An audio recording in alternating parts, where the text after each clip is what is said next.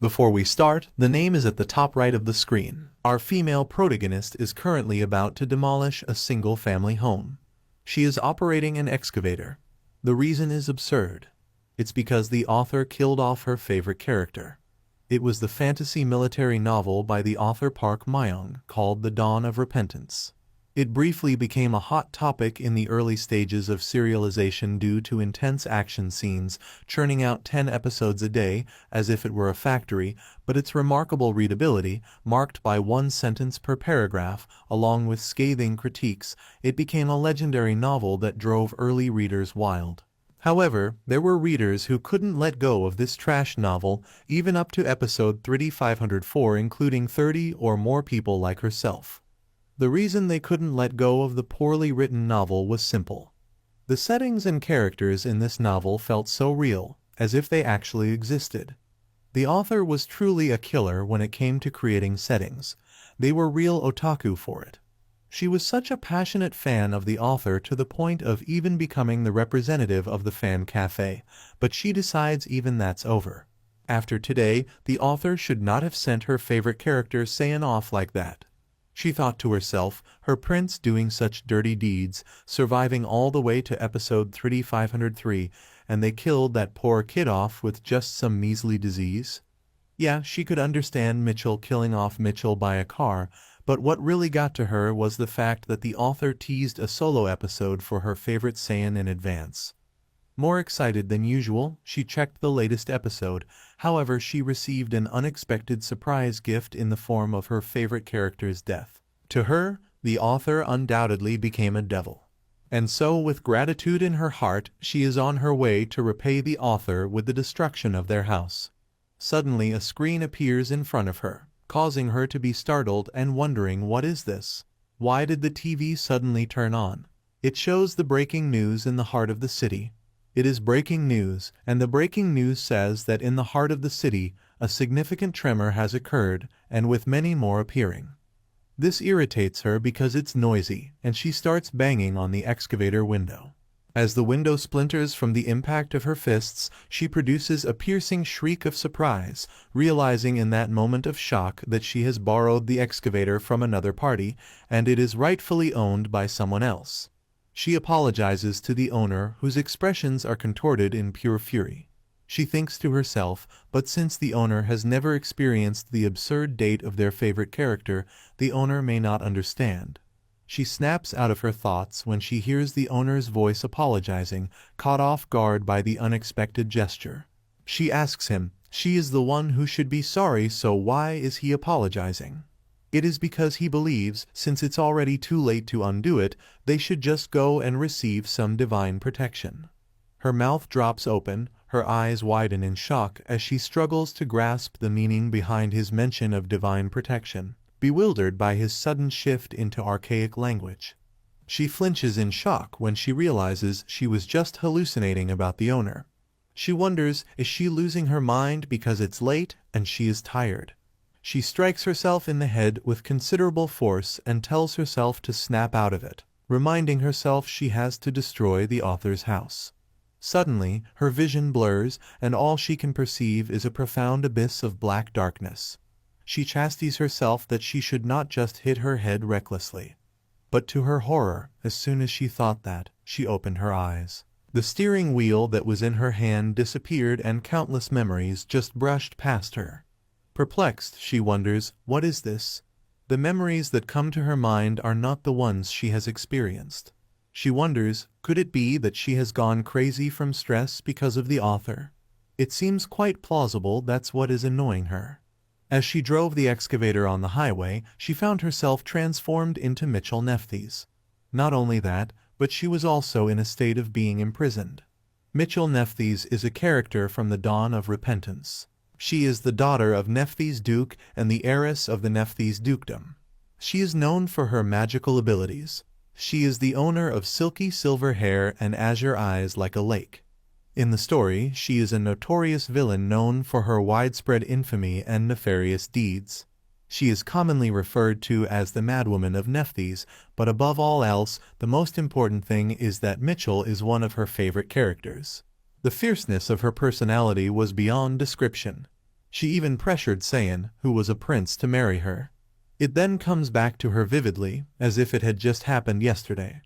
Mitchell lured the drunken Saiyan out of the palace banquet hall and into the bedroom. She then pushed Saiyan on to bed with such cheesy lines. At that moment Saiyan, boasting his impressive 29-inch waistline, led down his long black hair which cascaded down to his slim waist. Like a condemned prisoner, tears fell from his dark and deep eyes as he spoke. He silently whispered, "Wouldn't it be better if she just did as she pleased?"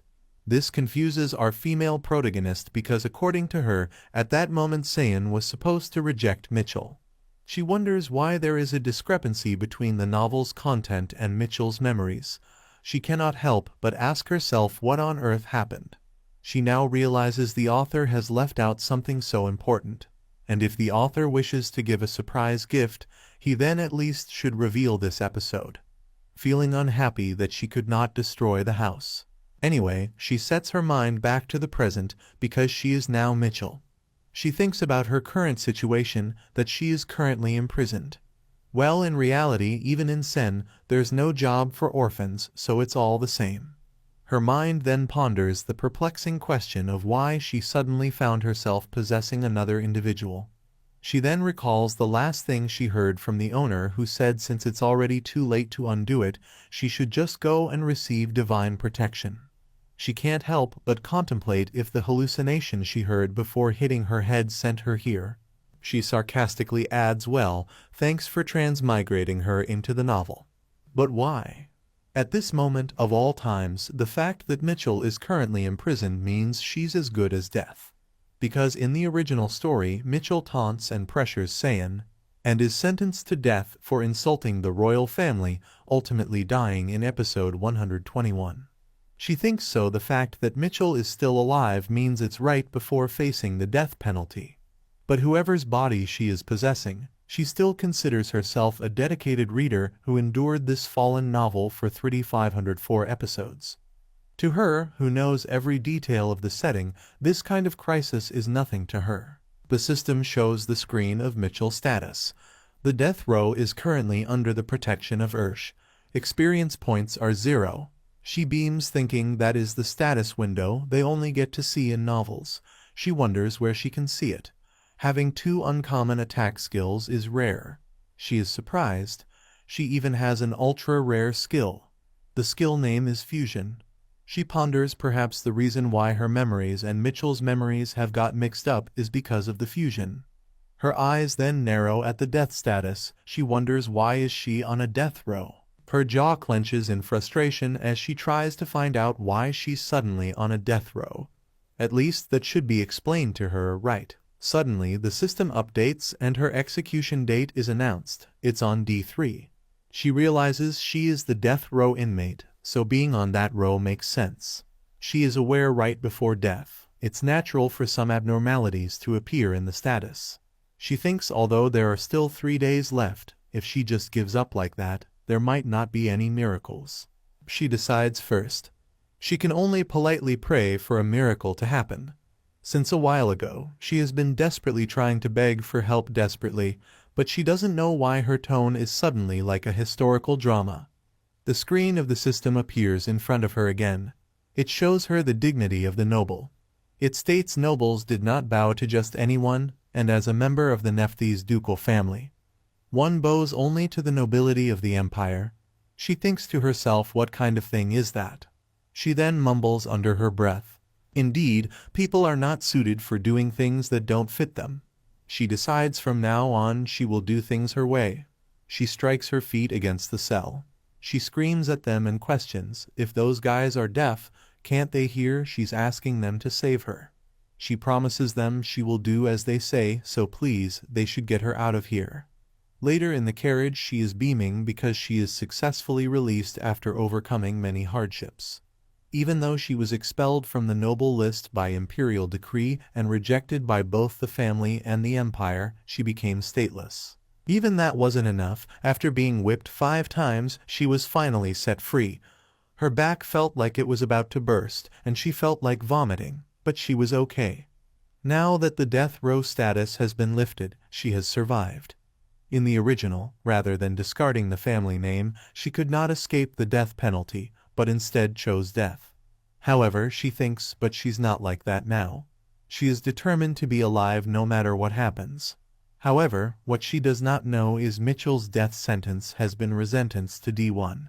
In the carriage, she is sitting still and has her eyes closed because now she will just wait until she arrives home.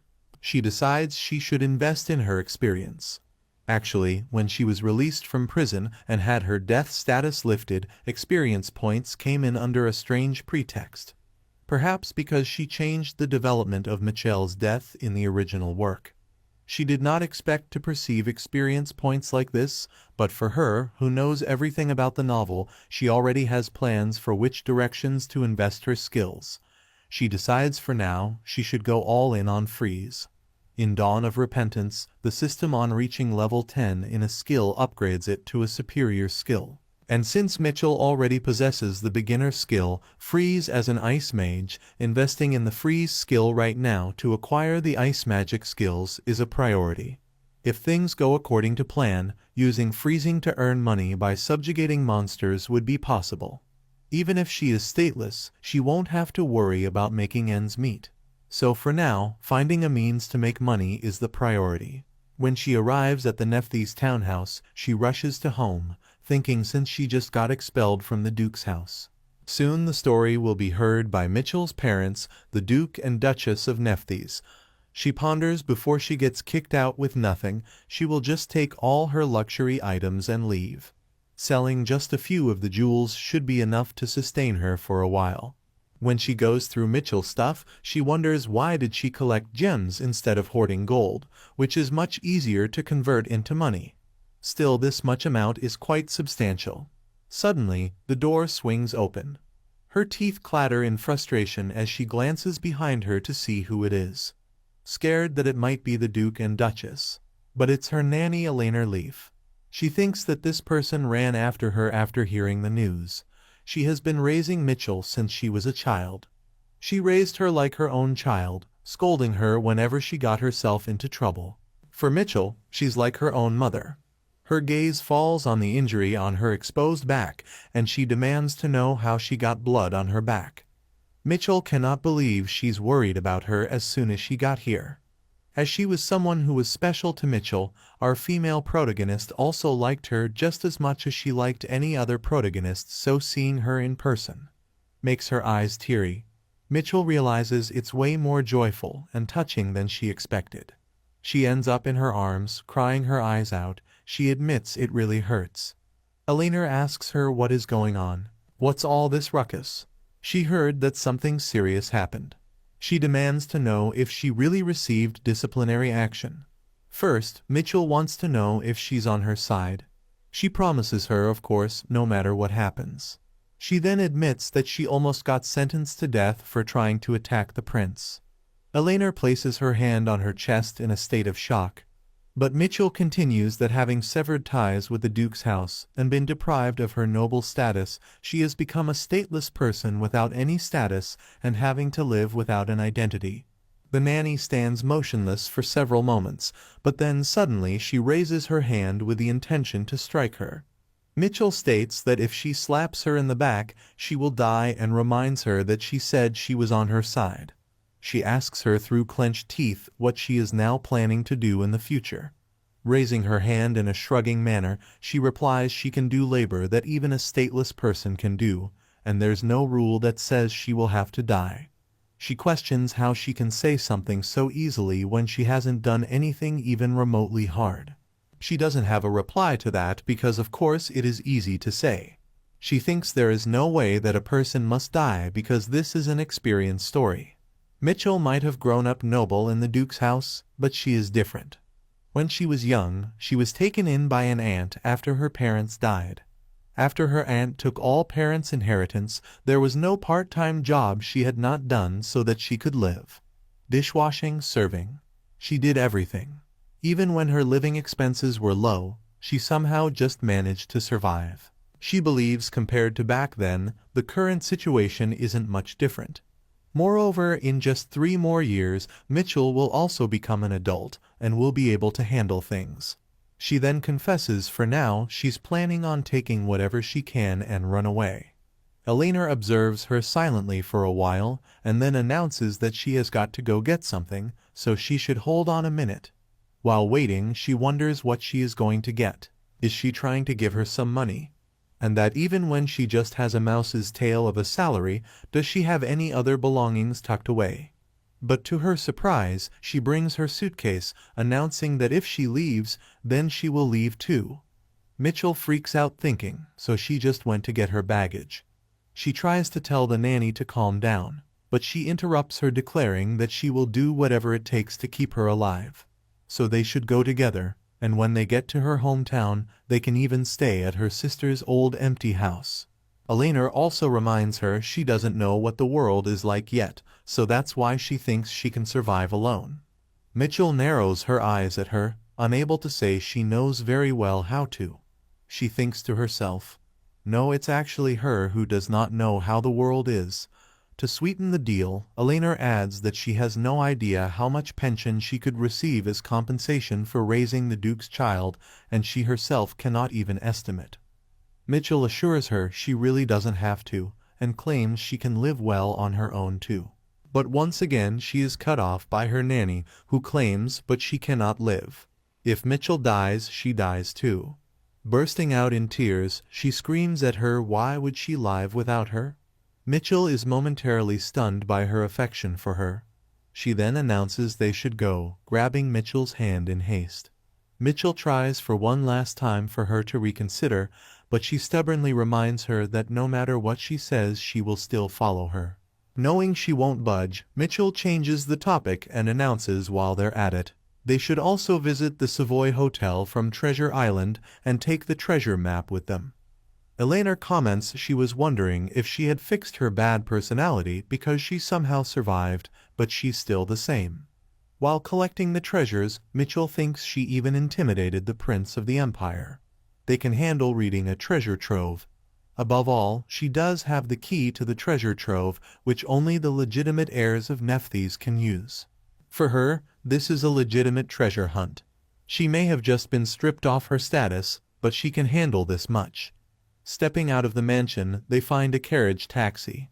Once settled inside the carriage, Mitchell complains about her back, groaning in pain. She questions what kind of carriage shakes like this.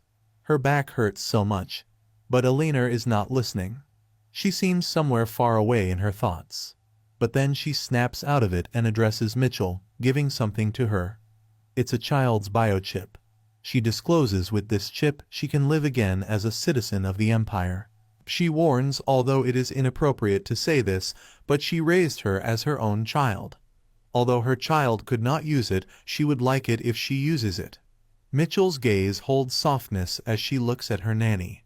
In the Crowell Empire, once a person is registered as a citizen after birth, a biochip made of magic stones is implanted in the body to prove one's identity. And this chip must have been used by the nanny's child who died early on. Unable to dispose of it with her own hands, she kept it all this time. Mitchell realizes she gave her such a precious object. She expresses her gratitude to Nanny and promises her she will cherish it. She also declares that in that case, since she has become her daughter on paper, she will call her mom. Elena flinches in surprise and asks how could a lowly person like her even dare? She blackmails her nanny that she won't take it, and even threatens that she will throw it away. Bringing it closer to the window side, she asks if she should just throw it away. Elena yelps in surprise, but reluctantly agrees that she can do as she pleases, but she will keep calling her Miss. Mitchell raises her fist in the air in victory and declares now she has a mom. Elena stays true to her words, referring to her as Miss and asking back for the biochip to keep it safe. Mitchell quickly agrees, addressing her as Mom. She then asks her, but to implant this, does she have to go to the city and find someone? And how much does it cost?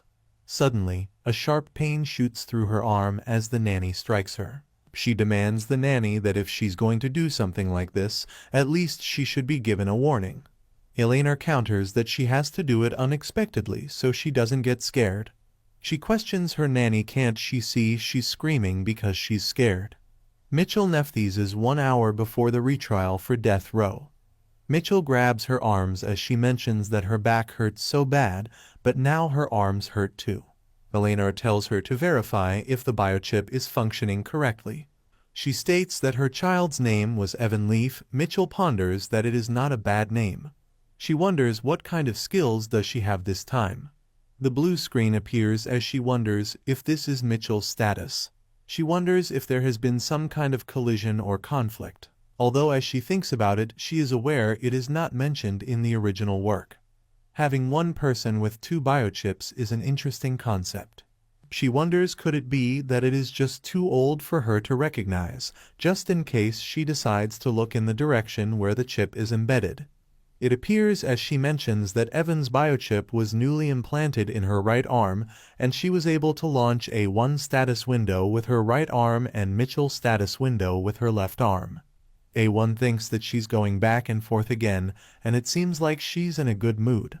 Mitchell wonders if Evan is excited because it feels like she's looking for a completely hidden setting. As she looks at Evan's scales, his status is time limited and his training level is 8 to 800 until next level up. Reading level is 8 to 800 until next level up, and can do anything for a living.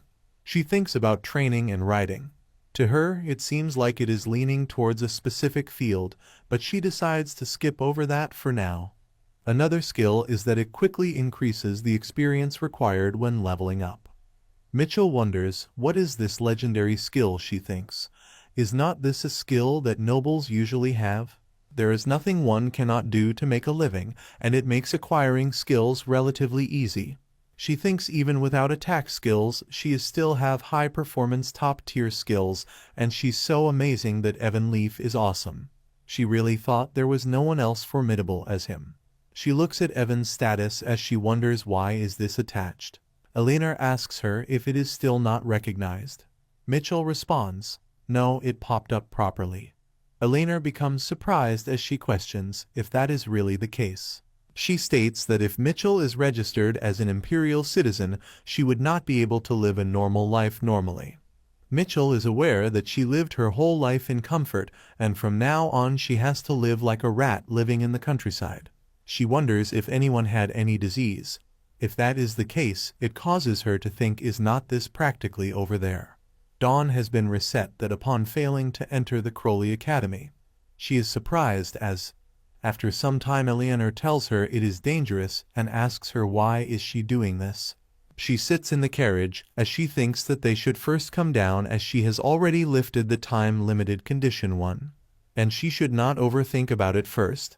She wonders why not follow that down. She calls out to Eleanor and states she thinks that she should go to the academy next year.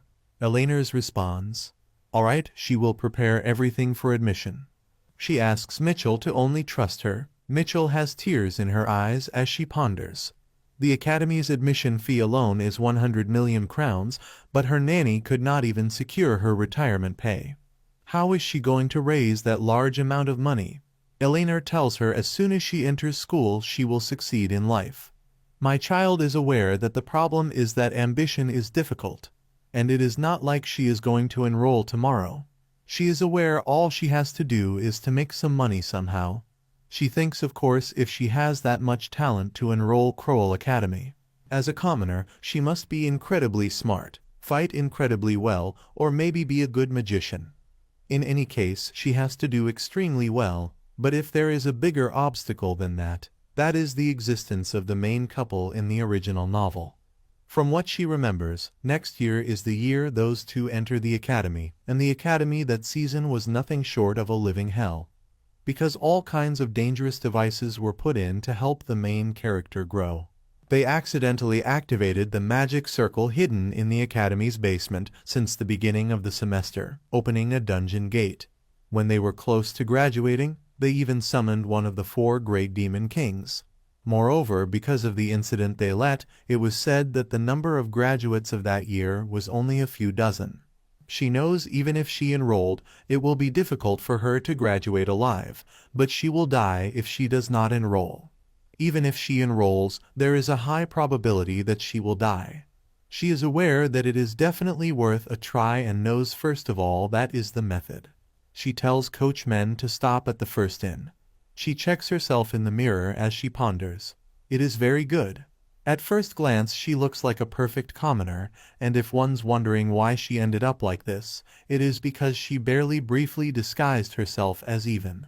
While stopping by the village, she knows it is hard to understand why someone would go to such lengths, but it was all unavoidable because she, Mitchell, is a very slender and beautiful girl, and she must avoid being noticed by others as much as possible.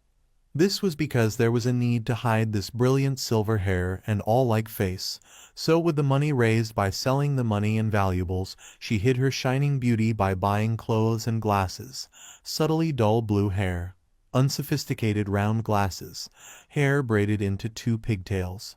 Elena accidentally sticks a needle into her face as she becomes worried. Mitchell tells her to not worry and mentions that this dye will fade over time.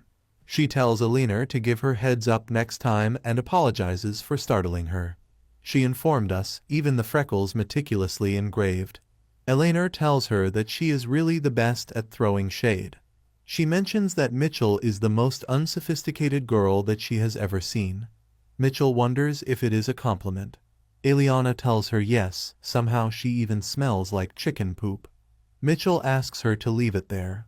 She wonders that if she looked like this, it would be difficult for even people who even knew Mitchell to recognize her. She wonders what on earth does she smell like. She thinks not everything is ready.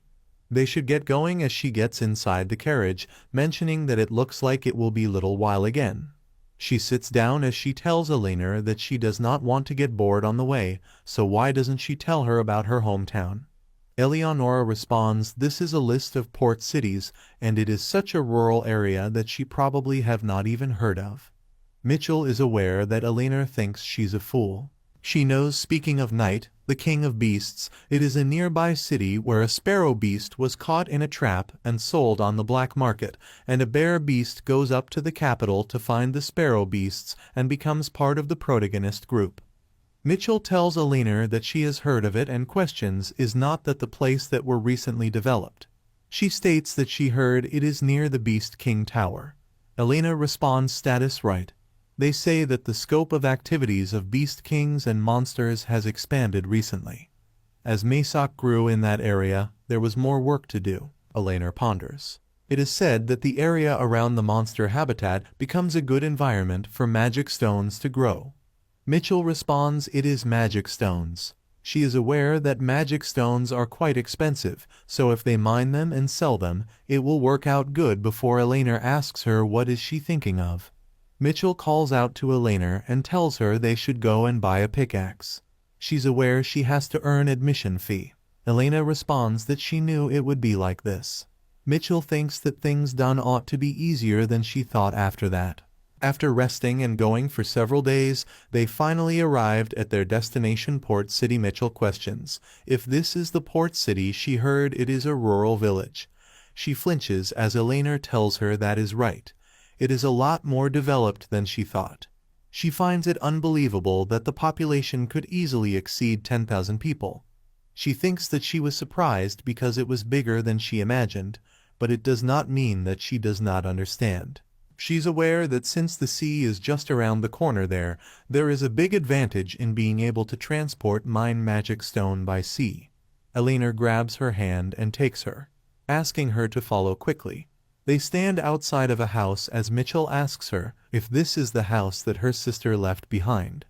Elena responds yes, that is true, and she becomes down as she knows Mitchell, who lived in a huge mansion, would be living here.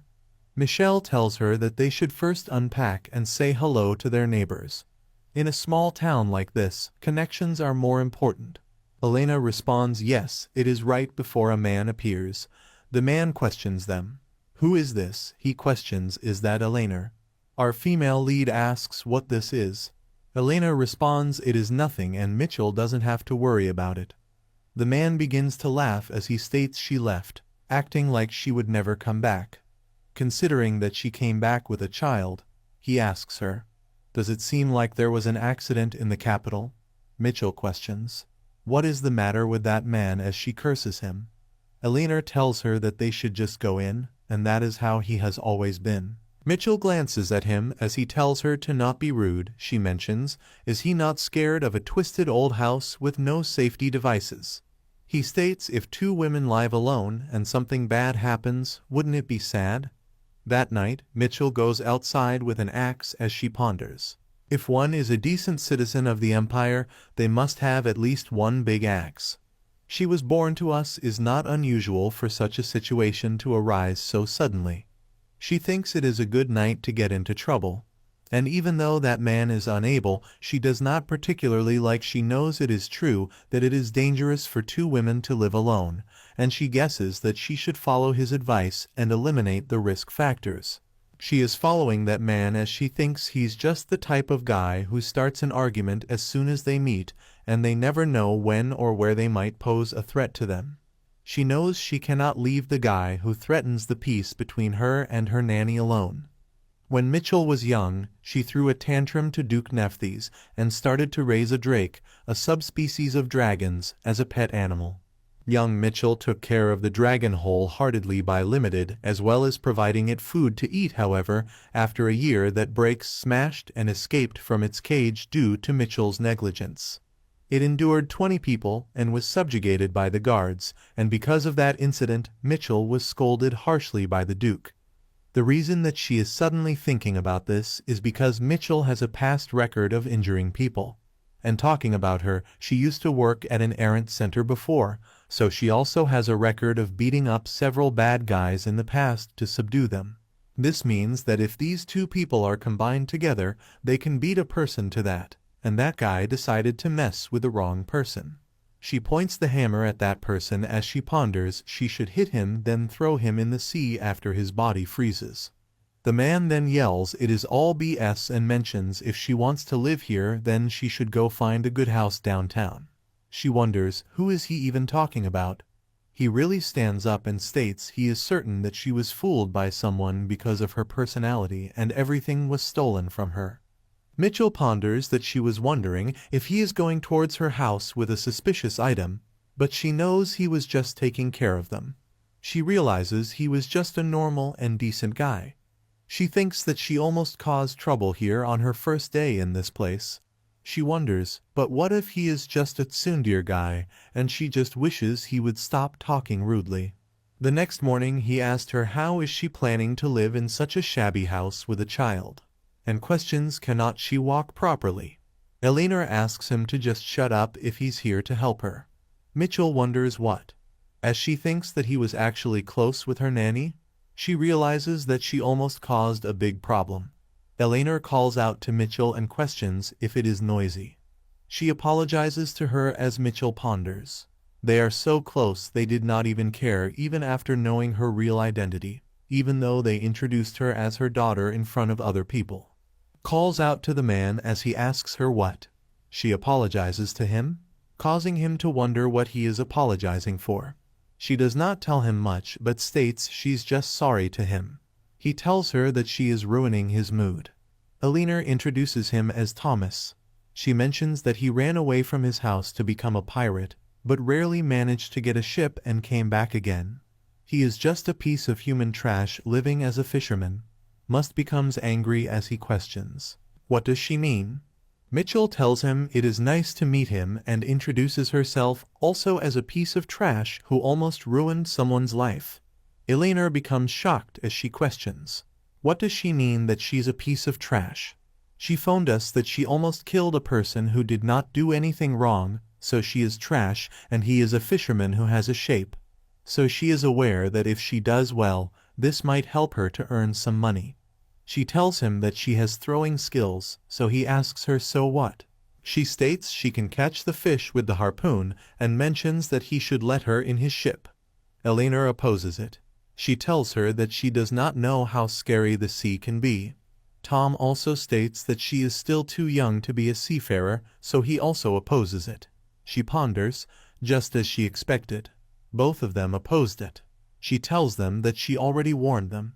Eleanor tells her they have not even finished talking and questions where she is going. She knows that she's supposed to die, but before that happens, she plans on saving Tai Tai and changing the plot. Since she's inside the dawn of repentance, she has to earn points by changing the plot. If she earned points just by changing the plot, then this will give her an opportunity to acquire higher level skills and earn money just by changing the plot she knows. And with that money, she can enroll in the academy and get rid of this time-limiting condition. She's aware if she looks around carefully she will find Tai somewhere, but she realizes she still does not see him anywhere. She knows that she cannot find him just in one day, and thinks that she should take up the magic stones and earn money then. She begins to work and that night and the next day, and the day after that she continues to work. She notices a person in this educated place and wonders if that is Tai. She wonders if he has white hair. Before she realizes that is not him, she wonders who it is. As she thinks about the shape of his pupils, and he even has skills on his skin, so she realizes he definitely is not a human, so he does not care about her at all. She continues to stare at him as she wonders what he is doing. Right then she notices some bees as she thinks he's feeding the wandering beasts and wonders if he's like a cat daddy. She also thinks what is he doing staring in the blank space this time. It's been a week now as she wonders what is going on as he steps towards her, causing her to wonder if he's really coming towards her. He asks her if she's a minor. She ponders that she heard his voice for the first time. She tells him no, she is not, before he responds, "All right." She cannot believe that he just came here to ask her that, and she was wondering what happened because he approached her so suddenly. She decides to continue digging the magical stones today as well. Mining skill level 1 has been created as she thinks she's not even a miner. So why is there such a kind of skill? She thinks she should correct it by saying that she's a miner. She can do everything to make a living. Acquiring such skills is comparatively easy. She wonders if this is Evan's extra skill effect. Acquiring such skills is comparatively easy. She wonders, isn't this too easy? She thinks that she should test how well this skill works. The beast that was discovered while mining for stones, she said she was about to go to the King of Beasts' territory, and now she knows he's threatening to kill her, as he has challenged her to a match. But this meaningless twaddling seems pretty familiar. She wonders, where have she heard this before? She suddenly remembers as this is how the King of Beasts talk. In the original novel, the King of Beasts was a white folks that seemed more like a supporting character. But he was fundamentally a gentle and generous person. His interactions with humans were clumsy, and he was known for his uniquely awkward way of speaking. Despite his short appearance, he was a popular character. It was to the point that there was an event in the fan cafe where people would imitate the way that he spoke. The first person who got first place during this event presented a congratulatory speech and wrote an analytical essay on the tone of the King of Beasts. He tells her he should kill her as she thinks she never knew that analytical essay would come to use for her. She questions by chance did he mean that since the King of Beasts ruthlessly kills anyone who enters his territory, so he would kill her instead so that at least her corpse can be collected. She asks if that is what he means. He flinches and questions, how does she know that? She wonders if it is a trend for the beasts to talk like their king. She thinks it seems he's not the King of Beasts anyway, and he's only following his way of speaking, so he should quit it with the jokes now. She tells him anyway, since he understands he should not worry as she was joking about entering the king's territory. He asks her if that is the case. She mentions that she will share her food with him as an apology. As he eats it, she then questions how is it. He mentions that he guesses today's meal was a success before he makes any correction, stating that it tasted like garbage before he swallowed it. She apologizes to him as she tells him she has never cooked before. He tells her it is understandable if she does not have experience. She thinks that he can unexpectedly talk nicely. She stares at him for a while, thinking that the beasts are actually quite nice as they provide food for the animals in the wild, and they are a lot better than people who act like they know it all after running into them a couple times. She introduces herself as Evan Leaf. She asks him what his name is. As he responds, he is Garrett. He asks her if she will come tomorrow as well. She tells him yes she will as he tells her he will return the favor tomorrow. The next day she questions what is all this, as there's a lot of delicious food placed. She is aware this is absolutely legit Korean ritual table. He mentions it is the repayment for yesterday. She questions if he made all these. He tells her that is right and asks her to try it. She mentions perhaps it only looks good on the outside as she takes a bite before she realizes it is really delicious. She tells him with this he could get married right away. As he tells her since he has a child, nobody wants to marry him. She questions. Then it means he must be older than he looks. He states that he gave up counting past 500 years. She mentions that he is way older than she thought. She knows the original novel did say that beasts are a long-living species, but she did not know it was up to this extent, as the elder of the beast species was 300-year-old, and he looked like a wrinkly old man. She wonders what kind of animal beast must he be to look this young. She asks him what kind of beast he is, seeing as he does not age. She questions if it is like a snake or something. He does so. She's tried as he is a snake beast. He also speculated that is why he does not age. His skin automatically sheds even if he develops wrinkles. She tells him a snake beast is super honey-like as she is surprised. He questions, what kind of word is that? He tells her, super nice and comfortable and sweet like honey, something like that. Afterwards, he tells her the lunch tastes like super honey. Even while doing other work, he states this seems like super honey, and he hopes she returns to a super honey home as he tells her goodbye. She thinks it seems as if she taught him something wrong. She phoned us. It looks like he has taken a liking to that word. It is not really supposed to be used like that, though she understands him, so it does not matter. She just wishes he does not say it in front of others. Because there is no more, she asks if that is all the stones in this area. She knows it has already been a month since she escaped. Here and there are 126 days until the break of her dawn. She ponders about how due to her tuition fee, her mother or she are taking up all sorts of jobs, but it is so hard saving money. At this rate, she thinks it is unrealistic to gather 100 million crowns, and her back is healing, so she should slowly go hide in Sir Thomas' ship to catch some fish. She knows she should go and find a harpoon that fits her hand. As she's looking in the market, she notices the moment talking, causing her to wonder, what are they talking about over there? Right then Eleanor calls out to her stating she does not expect much. Mitchell should at least just say hellos and goodbyes. Mitchell questions if she's threatening her with a knife. She thinks that her nanny did tell her to remember her greetings, as it is a rule that she must follow her words. She asks the woman over there what is going on. As they respond, it is Eleanor's daughter who has a bad mouth. They look at her and mention, look at that mark on the newlywed wife's face. This states that the man of that house is usually normal, but once he drinks alcohol he starts. They know that she is so deadly pitiful, and they asked her to report him, but she just would not listen. Mitchell Sereny decides to go somewhere as the woman asks where she is going. They know that she is meddling in their business. Rachel deep down calls those ladies idiots to see this as mere meddling.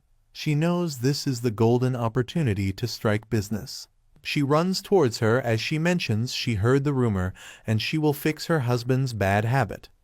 The girl becomes terrified and questions who is she. Mitchell tells her of course it is not for free. The girl asks her what is she saying, states that she should not uselessly interfere and leaves. Mitchell mentioned she's a one who recently moved nearby Captain Thomas' place, and if she's interested, she can come by there. She knows since she has introduced herself, she has done preparing for this, and then she thinks she should go and finally buy her harpoons now. She tells the man that if there are no harpoons that fit her hands, she will order a custom and ask the man to state his price. He calls out to her and tells her that she has no manners, and he feels offended. He states that he will take 2 times the price of those on display. She tells him once the harpoon is finished, he will be the first one to be skewered. He states now he will take 4 times the price as she asks him to calm down, mentioning it was a joke and asks him to give her a discount. That is how she wasted half of her money. She saved up selling the stones. That night, someone knocked on the door as she questioned, "Who is it?" It is the girl from earlier, as she mentions they met in the afternoon in the city. She asks him to come as she thinks that she did not expect her to come so soon. She notices the girl came back with more marks than last time. The girl trembles in fear and asks her if she can really solve this for her. Mitchell responds of course she will accept payment greater than 1,000,000 crowns. It makes her angry looking at her marks. The girl states that she does not have that much money. She tells her that she can then pay in monthly installments. 100,000 crown amount for 10 months. She mentions she does not do this for everyone, but she made an exception for her. The girl recalls anxious and asks for her assistance. They decides to go now as the girl takes her to the place and questions if she can really fix his habit, with child response of course, as she will monitor him until he fixes it completely. She opens the door as she founder said when she used to work at the errand center, she saw these drunk men all the time. She knows that isn't. She is someone who has a lot of useful skills right now. He suddenly stands up and asks her who she is to barge into someone else's home. He calls out to her and asks her where does she live before she continues to ignore him and thinks and someone who resorts to violence this easily. She throws the chair at him and ponders it yields even harder when counted the same way. She knows she should just teach him a lesson as the wife is totally shocked. 6. Our female lead recollects about how she had received a request to help change the behavior of this husband. To do this, she decides to keep him in the sauna. After pulling him to the spot, she holds her hands up as ice starts to form. She thinks about how she must check the efficiency of the skill to be used in this request. She decides to test the limit of her skills by tormenting this dude with her freezing abilities. It is mentioned that when it comes to testing, using the skill consecutively can lead to bleeding. It is a threefold technique. While activating a skill, the first energy that gets consumed is the mental one. Once mental capacity has been used up, the body will send a warning by bleeding. If one decides to ignore that, then the next energy that gets drawn upon is stamina. If that gets used up, one will start coughing up blood. The last and final source of energy is the vital force. Even if one uses up all the life force, death will only occur after the final hemoptysis. Our female lead notes how she is using this theory and recalls how she has continuously used the freeze skill yet has not coughed once. This would mean her energy efficiency is not half bad. The wife watches as our female lead uses her Elsa abilities on the husband. The man holds up his hand as he starts to yell. He wonders what in the world this person is doing. Mitchell mentions how he seems unsober still and that they should get started for real now. The man questions what all that nonsense was earlier then, to which Mitchell smiles and tells him that he should have treated his wife well. He asks what he did wrong before then, yelling out that he did nothing wrong at all and calls Mitchell an idiot. Mitchell then tells him he really hasn't sobered up yet before proceeding to go sicko mode on him. Within 10 minutes we see the dude in tears as he mentions how he won't ever do it again and pleads to be spared. To this Mitchell places a thumbs up and says everything is resolved now. She then calls for the wife and tells her that they should wrap things up here and that the payment due is 100,000 crowns. The wife in fear says that she will get that right away. Mitchell then continues to tell that man that he should know she will be around in this neighborhood. She mentions how if she hears he's being negligent again, then she will come back again. She mentions how if he messes around, she'll delete him. Our female lead is then paid by the wife, and Mitchell tells her to pay the rest when she can. Mitchell also says to feel free to come see her again if anything else is ever needed. To this the wife smiles before thanking Mitchell and telling her to take care. A week would then pass. Rumors moved along rapidly and many requests were sent to the errand center. Our main character was able to solve many problems and earn up to 5 million. Her level also rose rapidly from using the early key and throw skills to help solve incidents. Her throw and freeze are both at level 6 now. As she then starts to stretch, she mentions how quite a bit of money has been earned and that she needs to start focusing on finding Tai. Due to this, she has decided to invest in a health skill which may look like it means nothing. As she runs, it is revealed that this skill is at level 7. While rapidly sprinting, she mentions how her speed is not half bad and that the health skill is even better than she thought. She smiles, thinking she'll find him in no time if things carry on like this. She then turns her head to find a report saying her detection skill has been started. She comes to a complete halt. She stands silently for a moment thinking about this skill before then wondering why it suddenly appeared. She wonders if it's because of Evan's extra skill, and that just by trying it was already there. She moves her glasses up with a smile as she mentions how unbelievable this is. She raises her hand and yells detection as the skill activates. She mentions being able to see the topography and hearing even the slightest sounds. She even hears some birds chirping. Her eyes then turn as she wonders if it is over there. She mentions how she never thought she'd find Titi this fast, but she is very lucky. She notes how this is all for experience, but that she is curious to see a beastman other than Gert. She mentions how Titi is also an important character in the novel and really wants to see what he looks like. The bird continues to chirp. She stares blankly as she wonders if this is it. A bird stares back at her as she wonders if this is really him. The bird is actually stuck in a net as Mitchell wonders how it could be so stupid. She recalled how he got trapped in the novel and taken away.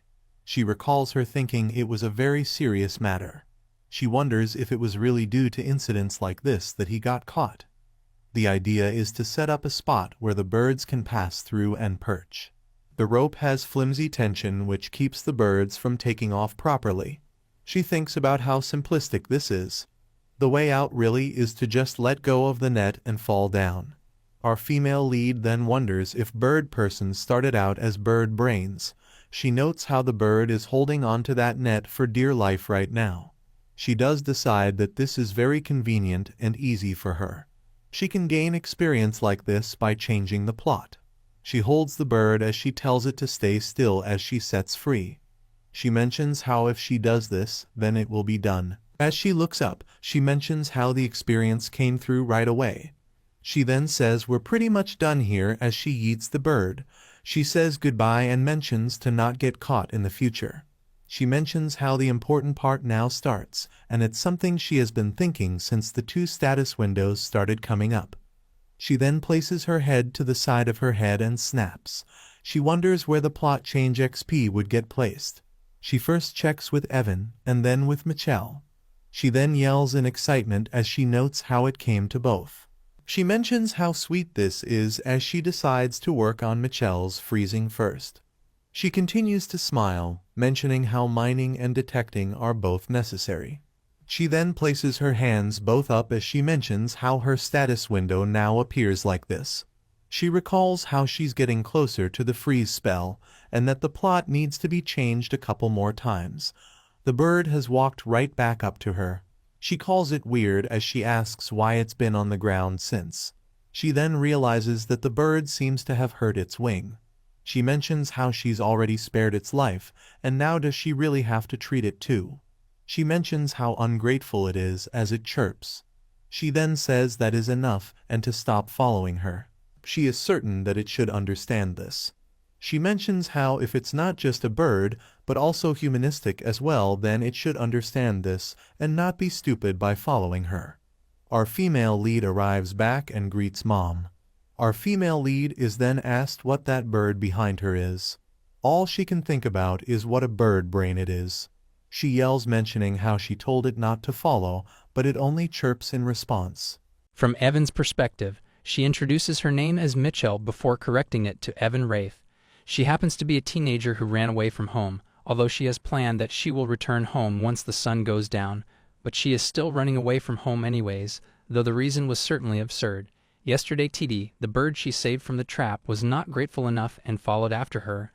Her mother used the medicine on the bird that was hers, which made her more frustrated, thinking that the bird took over her house and even used the injury as an excuse to monopolize her mother's attention. Her mother liked the bird very much, which irritated her. She turned around and told her mother that she didn't want to know anything and they both can just live happily like that as she decided to leave.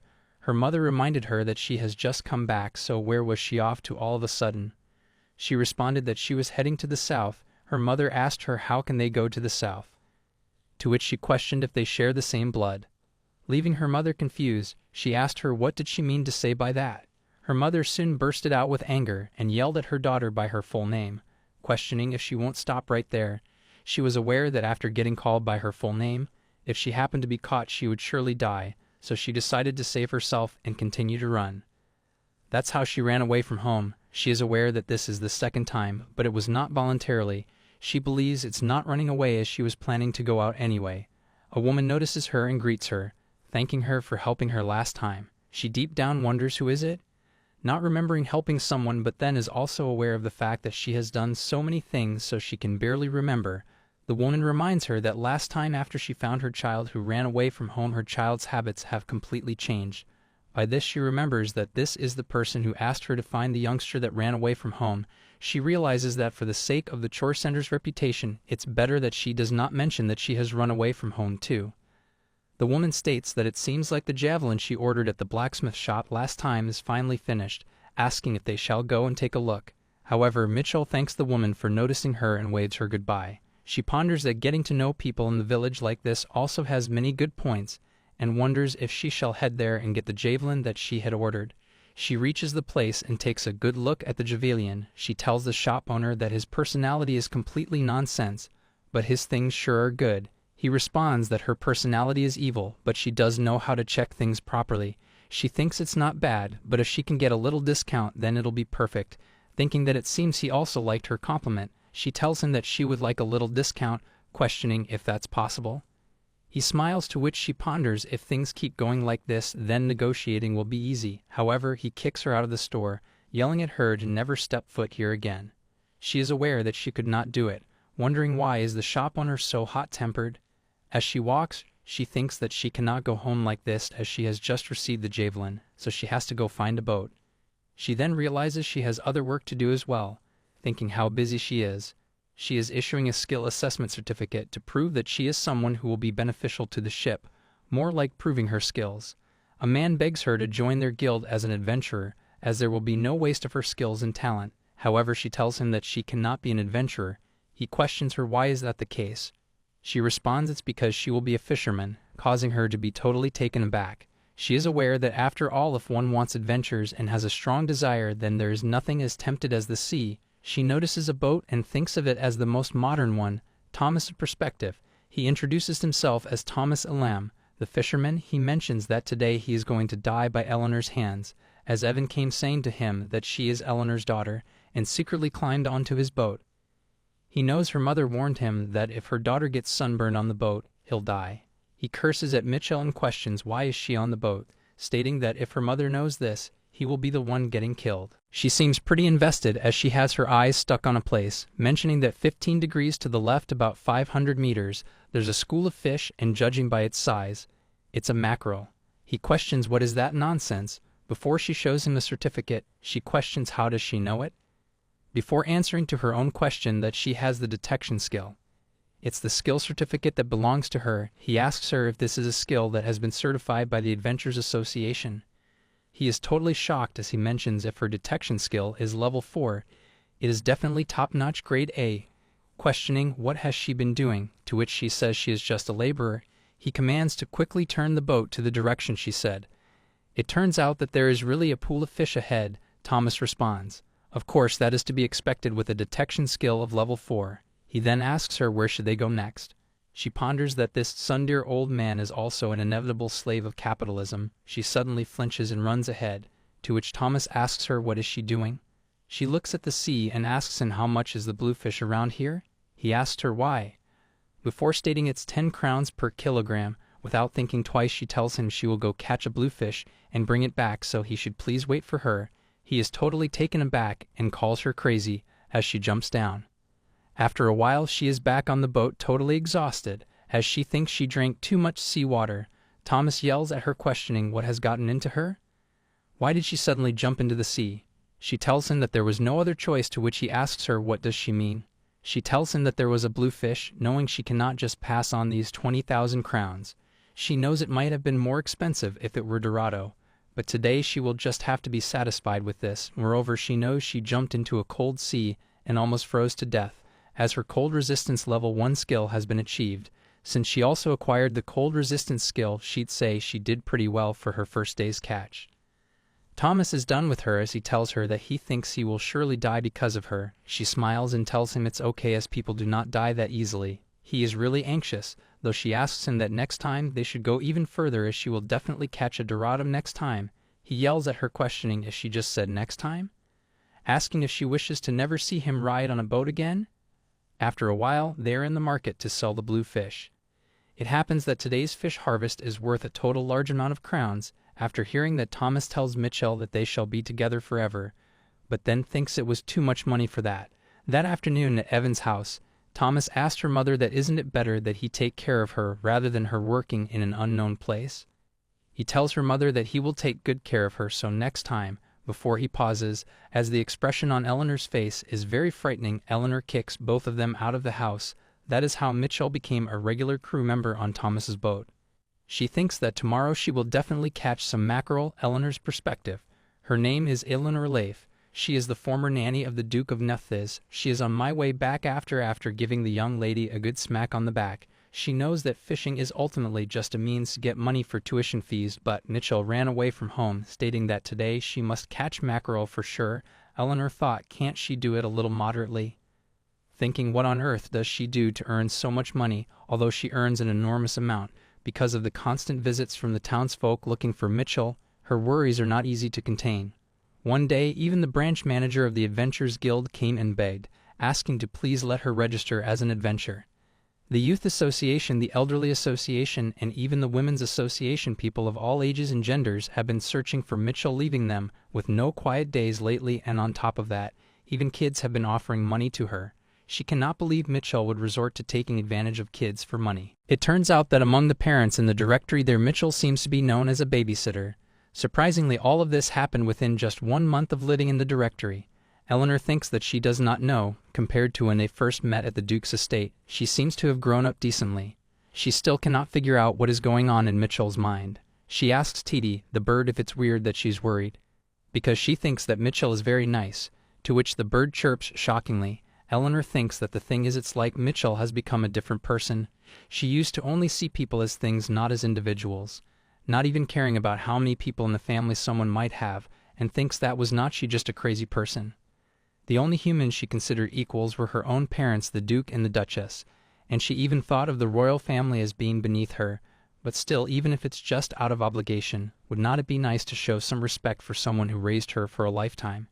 She knows that she used to be like that for sure, but now her personality has brightened up. She cannot believe that she gets so along with the people in their neighborhood. It really feels like they are going to live a long time. Thinking, was being in prison a turning point in her life? She never thought the day would come when Mitchell would become a decent person. Anyway, she is aware that now she has decided to live her own life, so she will not cause any more trouble, right? At the same time, the distant sea. Mitchell throws something in the sea. Thomas asks her, what did she just throw? She smiles and tells him it's nothing. He seems taken aback as he questions if that is the case. He wonders, what is this? An unmistakable feeling of unease. It is really nothing special. Back then, when her mother told her to hurry up, she found something. She found a key and they could open the gate. Her mother had told her that if she has found it, she should come on out quickly. The last thing she brought when she left the house, it was the heirloom of Duke Nephthys' family. Magic Nephthys, a long time ago, when water was precious, the Nephthys family would create water. They were able to accumulate wealth by selling water in large quantities to the villages that were suffering from drought. This news even reached the ears of Emperor Cromwell. The Nephthys family was appointed as the source of water for the empire and played a crucial role in supplying water to the capital. So far, this is the story known to the public, but the reality is this. In fact, while digging a well, the Nephthys' ancestor discovered a pair of ancient rings. One had the power to absorb anything. The other had the power to expel what was absorbed. The Nephthys family actively utilized these artifacts. Opened the gate by throwing a device that absorbed anything into areas with abundant fresh water. And they would sell the water that the device expelled, amassing great wealth. In other words, the magic Nephthys actually means they achieve everything not with magic skill, but with the water of their artifacts. Furthermore, water pipes were laid throughout the empire 30 years ago, making it impossible to trade water. To continue the legacy of magic Nephthys, they incorporated many wizards into the family. finally giving birth to Mitchell, who possessed magic skills. Anyway, currently that relic is being cherished as the Nephthys family's treasure. But she left the house. She snatched it sneakily, the ring that absorbs anything. She threw it deep into the sea using a tool. Now if she wears the ring that expels and opens the gate with her freezing skill, seawater will come out as ice cubes. And if she aims well and throws with her throwing skill, a perfect natural harpoon without spending a penny. She seems very excited as she mentions that today they are really going to catch some swordfish. Thomas asks her why is she so excited about catching a swordfish. She responds that they are expensive, and she's going to the academy, but she does not have the money for the tuition fee. Thomas begins to cry as she asks him why is he suddenly crying. He tells her that he did not know she had such circumstances. She tells him that she is a very amazing person. He decides that he will then sail the boat for her every day. With a determined expression, he tells her to come out tomorrow as well. Next day, they are told that typhoon forecast today, so he cannot raise the sail. Both of them are quiet, as they know boat ride everyday disappointment in just one day. She is aware that the application period for the academy is approaching, so she needs to quickly gather money. So today, instead of fishing, she will go mine for mana stones. As she is walking towards the place, she notices that it seems like most of the mana stones have already been mined in the safe zone. She wonders if she should go a bit deeper before she notices a man. She calls out to him and tells him it's been a long time. She calls him Gertrude. He stares at her, to which she questions why is he staring at her like that. He states that humans really grow up fast. She responds that she isn't exceptional. He tells her that she is a fast-growing girl, mentioning that she has become much stronger compared to before, and asks her if it is all right. Can he touch her? She notices the animal behind him, wondering where is that animal sound coming from. He tells it that it is okay. She realizes it is a white fox. The fox is growing as Gertrude tells the fox that Mitchell does not misunderstand such things. The fox seems angry towards Gertrude as she wonders if the fox is apologizing as Gertrude asks to touch her body or something. She understands because of his taming skill, and it seems like Gertrude is having a conversation with the fox. She tells the fox that it is okay. She mentions that the growth rate is impressive and asks Gertrude if he wants to explore muscles. He tells her yes. It mentions that she certainly understands. She questions if he is curious about whether the reason she became stronger is physical training or related skills. He responds yes, that is right. She gives him the permission to touch her. He grabs her arm and takes a good look. He notices that seeing that the muscles are not sticking, it seems to be the effect off, before he pauses and questions why did she come today. He's aware that she's truly born to be a miner. She came to mine for gems. He tells her that there are only a few mana stones left ahead. Going further in, she won't be able to handle it. She tells him that it is okay. She will only mine for today and won't come again. He questions what is he is taken aback before he tells her he understands. She knows it is a bit hard to understand this time as the fox is noisy. Gertrude tells Fox there is a way. She wonders in the middle of this he understood. Seems like a cat whisperer. He then looks at her and asks her where should he go to meet her. She asks he means that he wants to come to visit her. He responds yes. She shows him the location of her house. The fox ponders that he got it, and that it is a success. The fox's name is Hubert. He is the white fox's envoy, and the son of the regent and the representative of the 120th generation king. There is a long story behind why he as the regent's representative is here today with his father. A few days ago at the Beast King's tower, his father mentioned that he is going to meet Mitchell again today. His father has been meeting a woman for several days. He has never seen such a thing in his 120 years of life, perhaps for the first time in 500 years of his father's life. He thought that this is intriguing. He asked his father what kind of woman is her. His father responded that he met her when he went to feed the demon beasts. The human named Evan Rafe that father mentioned was an equally strange woman. She not only mined mana stones around the mine where demons crawled, but she also did not shrink back even in the presence of the dignified Beast King. They even shared lunch, and she immediately understood father's words. He thought that this is just unbelievable as father lacks eloquence, so mimicking his speech is difficult. Father complained about the trembling behavior of village maiden, so if this woman values her life, she will avoid father from now on. Or so he thought, but last night he called out to his father. As his father said, it has been days since Evan came to mine for mana stones. To which he wondered if that was the reason that he skipped his meal because of that woman. Now that it has come to this, no matter how pitiful the woman is, there is nothing that he can do. He decided that he will do whatever it takes to bring that woman and father together. He was just about to set out to catch Evan with father. But to his perspective, Mitchell seems pretty scary. He looks at her as she wonders what is with this pressure, and he cannot believe that this is a 17-year-old human woman. He knows that she is lying, as even a top-notch warrior would not exude such a sinister aura. At this point, it is mana stones that she is mining, not demon heads. It is a relief that she is not here for anything more. He guesses she has about 3 ultra-rare skills, plus there's a faint magical aura she emits. If she is like this at 17, how much stronger will she get as he grows? He knew, as expected, his father's eyes are accurate. This woman named Evan is the perfect companion for him. She is qualified to be the mother of 1,000,000 demon beasts. She tells Gertrude that is her home. The fox thinks to be able to recognize a potential mother at a glance. Father is truly a person to be respected. The humiliation and disgrace he has received for not having a mother is now over. He decides that he will support his father with all his power.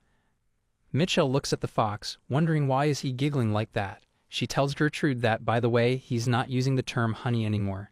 He responds that he scolded his son for not feeling any physical pain. She pondered that he was like that at home too. That evening at Beast King's tower, Hubert tells his father that here is his outfit. He asks his father to wear this when visiting Mitchell's house. His father mentions that as a ceremonial robe. Hubert states that he should at least try to look young and pretty. Hubert knows that Mitchell looked shabby but had an incredibly beautiful face. No matter how one looks at it, his father doesn't age according to human standards. But at this rate, it's impossible for her to be a stepmother, let alone a lover. Hubert tells his father to make sure he brings a gift. It should be something expensive. Gertrude questions why go to such lengths. Hubert asks his father if he has forgotten. He states that her mother is at that house, and in the human world such manners are important. His father then wonders if that is what is called manners. He has no information at all, wondering what should he prepare. But if she has a similar personality to Mitchell, Gertrude decides that he will bring something expensive. Hubert tells him that he will prepare something expensive. He knows that surely there cannot be another human like that in the world. Next day at Mitchell's house, her mother notices the weather. She tells Mitchell that it's a storm on the day of her appointment. It'll be difficult for her friend to come in such a weather. Mitchell responds no, he will come. She is aware that although it has only been 2 months since they have met, Gertrude does not seem to look like he is going to cancel the appointment. It's particularly because she had expectations for this first appointment with her first friend. She realizes that her friend has came. Mitchell asks him to step in as her mother thinks that she surely has gotten weird friends. Gertrude does not seem in a good mood as her mother asks him what's going on. Is he okay? Mitchell notices his clothes. Her mother asks her to get him inside. Mitchell tells him that he is dressed so fancy. Her mother knows that is not the issue here. Gertrude states that his son insisted that he wear this. Her mother says that there's the same type of nobles over there too. Eleanor questions how can a young nobleman like him already have a son.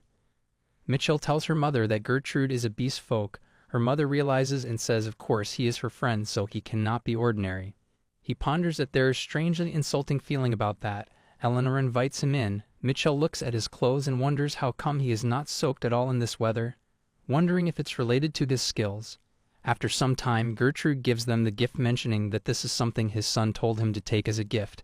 It's a fabric of strong defensive material. Eleanor mentions that he has bought so much. Mitchell sees that her mother seems very eager to receive this, isn't she? Gertrude hopes that she likes it. Eleanor mentions that the fabric is really pretty, it would be perfect for a school uniform. Mitchell mentions that she only wear clothes made in Lionel's workshop, Empire's top-class workshop. Eleanor then asks her what about the clothes that she is wearing right now. She responds that honestly she thinks it's more like rags than clothes. Her mother gets angry at her telling her that someone sewed it. Gertrude ponders that her mother seems to have a similar personality to Mitchell. Eleanor tells him that it seems like he can sleep here since it's storming outside. He responds that he has to go back home since his son is waiting at home for him. Eleanor asks him if his son is still very young. He responds no, he just became an adult. Eleanor wonders a literal adult. Eleanor mentions that the beast nobleman looks really young. Mitchell looks at the bird and questions why did it come out again. Eleanor becomes excited mentioning that Titi is here too. Gertrude questions Titi. Eleanor mentions that this is the name of the sparrow and realizes that she forgot to introduce herself. She understands that she forgot to greet him properly and tells him that her name is Eleanor Lath. He tells her that he was late with the greetings too. He decides to introduce himself properly. He mentions that he is the Beast King Gertrude. Her mother is totally taken aback before she yells. What does he mean? Her mother takes the bird away as Mitchell asks him if he is saying that he is one of the 4 demon kings, the Beast King. He responds that is right. She points at him, questioning if he means that he is the Mechanical King, the Luminous King, the Dragon King, and the Beast King. He responds that she is knowledgeable among the 4 demon kings. He is the Beast King. She ponders that she realizes that he is the Beast King, and with a similar way of speaking, she thought it was a trend in the Beast Man world or something. But what if Gertrude is the best king? Then she wonders what happened to the original Beast King from the original story. She asks him, is not the Beast King supposed to be a fox? Suddenly, she's using a formal language. He tells her that is because his son is playing the role of the Beast King in public. She questions why would he do such a thing, mimicking even the way of speaking. That there is a reason for it, and he will not say it unless she changes that turtle-like tone of hers. She changes it and asks him to tell her. He states that it happened about 200 years ago. He asks her if she is aware about what kind of creature the Dragon King is like. She responds like a dragon giant reptile. He tells her exactly. She wonders what does he mean by exactly? She questions what does he mean before she thinks about it. She questions if he's complaining because he's a reptilian beast folk and he's similar to the Dragon King. He tells her that when someone came to the Beast King's tower and caused trouble because of the overlap, he got annoyed and just created Hubert as a substitute. She wonders if there is such a guy. He asked to change the Beast King just for such a reason. Gertrude mentions that he said he wants the new Beast King to use the same unique tone as his. She questions, is that guy crazy? She feels like her head hurts, wondering why is not there a normal person here. Eleanor tells her it is not something she should be saying. Mitchell thinks that she should just forget it and let's just forget everything. Like if the characters overlap between the Dragon King and the Beast King. If the newly adult 100 fox imitated his father's tone and spoiled the concept, she did not hear anything. She knows that Gertrude is the beast man she met when she went to the quarry for the first time. He is her first friend she may hear, and that is all that matters. She knows her friend speaks in a strange tone and is actually old. But he's handsome. She tells Gertrude that they should have their meal now. Eleanor asks him if beast folk gentlemen handle spicy food well, as Mitchell prefers spicy, sour, and salty food. Go ahead and enjoy it, and if it's not enough, he should just say so. Michael seems hungry as she says she'll eat well. Gertrude mentions this is more like poison than food. Eleanor becomes angry thinking of hitting him before Mitchell tells her that she should hold on as he is the Beast King and she should remember that. She knows before Mom gets more upset she should just send him back quickly as they might end up causing a big accident if this continues. Mitchell asks Gertrude if he could leave now and meet again next time. He tells her that now that he thinks about it, his son asked him to come and tell her something. She questions. What did he say? Eleanor mentions they shall hear what kind of nonsense his son said. Gertrude mentions that he wants to formally propose a relationship with Evan Reef, talk for a while before she decides that she should just take calm, wondering if this is a proposal just for friendship or is it a setup for a lover. Eleanor is ready to beat him up before Mitchell asks her to hold on a moment. Mitchell tells him if that relationship means just being friends, she already considers him as her friend, and it is an unnecessary proposal. He responds if that is the case, then that is a relief. He then says that he would like to make a proposal again. He states that ultimately he wishes to mate with her. The plot has changed slightly, and she is awarded 10,000 experience point. The king proposed mating, but the plot has changed slightly. The verdict is a bit salty, but who cares? Free is free. Mitchell tells her mom to just wait a moment as her mom is full of anger, wanting to beat him. Michelle glares at him, knowing that they should talk about this later and he should just leave quietly now, thinking that he should at least have this much sense. He gets a connection error and tells her he will come back to play again later, to which Eleanor becomes really angry, questioning. Did he just say that he will come back again, asking him to get out of here right now? And so her mom repelled the king with a broom. She guessed that she should not tease mom anymore. It's the night time. Mitchell is thinking of changing the plot of the book in order to earn experience, but suddenly she is getting 10,000 experience points at once. Eleanor yells at him. What does he mean? He wants to be with Mitchell. She beats him as he tells her that he is not a jerk, but he is King Gertrude. Mitchell knows that mom freaked out. Anyone would be upset if their beloved daughter-in-law was targeted by a pedophile. Mitchell thinks that I didn't think Gertrude's offer was bad. She didn't mean to say that she wanted to have sex with Gertrude. It's just that she gained experience from that bombshell announcement. Since both status windows only have normal skills, it's a lot, but let's use it all up before it turns to crap. Early kick level 10. Detection level 10, Taming level 10, Rise and Fall level 10, Throw level 10, Health level 10. She is aware that she has used up all her experience points. She knows that she leveled up more skills than she thought. She notices something before she realizes that she is feeling dizzy, causing her to wonder why is it happening. She feels like ringing in her ears. She looks at the status window and wonders why is she getting so many notifications at once. She notices it is the level, and there are leveling skills options. Right then, the director of the Nephthys Direct Information Gathering Agency steps in. He mentions that they have found Lady Michael's whereabouts. His Highness asks if that is true, questioning where is his daughter Michael now. He is Duke Nephthys, Filler at Nephthys. He has been given the report. It is said that she is hiding in her nanny's hometown. He questions if that means she is with Elinor. They have the pictures of her. He looks at them as he questions if she is healthy, right? How can one tell that she is his daughter as he has never seen this country bumpkin before? So what is this last picture? The attendant tells him to take a closer look, as that country bumpkin is indeed her lady. He finds it ridiculous, questioning why would his elegant and beautiful daughter look like this. The attendant remains shells. Maybe she disguised herself on purpose to hide her identity. At the same time in Nephthys Duchy, his duke mentions, by the way, no matter how capable their daughter is, it would be difficult for her to raise all the tuition money herself. If they support her with too much money, it might raise suspicions, so he should find a way to support her through the Adventurers Guild. The attendant states that however it happens that she has already raised half of the tuition money. And at this rate, it seems that she will be able to raise all of the tuition money soon. This makes the Duke taken aback. He questions, is not his daughter a genius? The attendant agrees with him. He becomes really happy, saying that her daughter is a genius at transformation as well. The attendant ponders that he cannot really do anything with this foolish laughter. Mitchell is feeling dizzy. She thinks to herself that from now on, she should not raise her skills without thinking like this, because no matter how much she grows, if she dies, it will still be in vain. She sees a window notification as she wonders what it is as it came right after she came to her senses. She thinks the charisma of a noble and the charisma of a beast. Is it because of Mitchell's fusion skill that this option appears? She is aware that first of all, the charisma of a noble man can be seen in her name. It is a 100% enhanced version of nobility. Even now, the way she speaks is like this because of that skill, and if it gets any worse, her social life at the academy will be a mess. She imagines herself greeting people like nice to meet you nobles who suck the blood of the people. She then thinks, so what is left is the charisma of the beast. She realizes it also has an ominous name.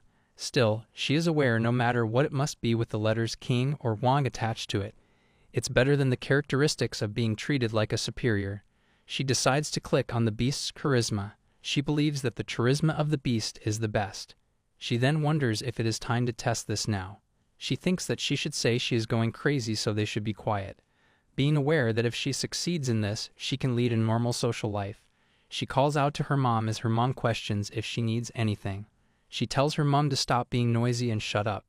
Both Thomas and her mom are at a loss of words. She realizes that she lost it.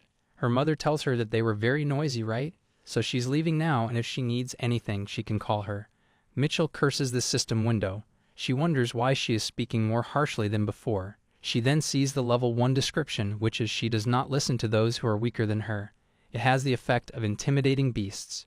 She questions what is added if the description comes first before the skill. She is getting a headache, but she continues to think that before that, this is also a skill.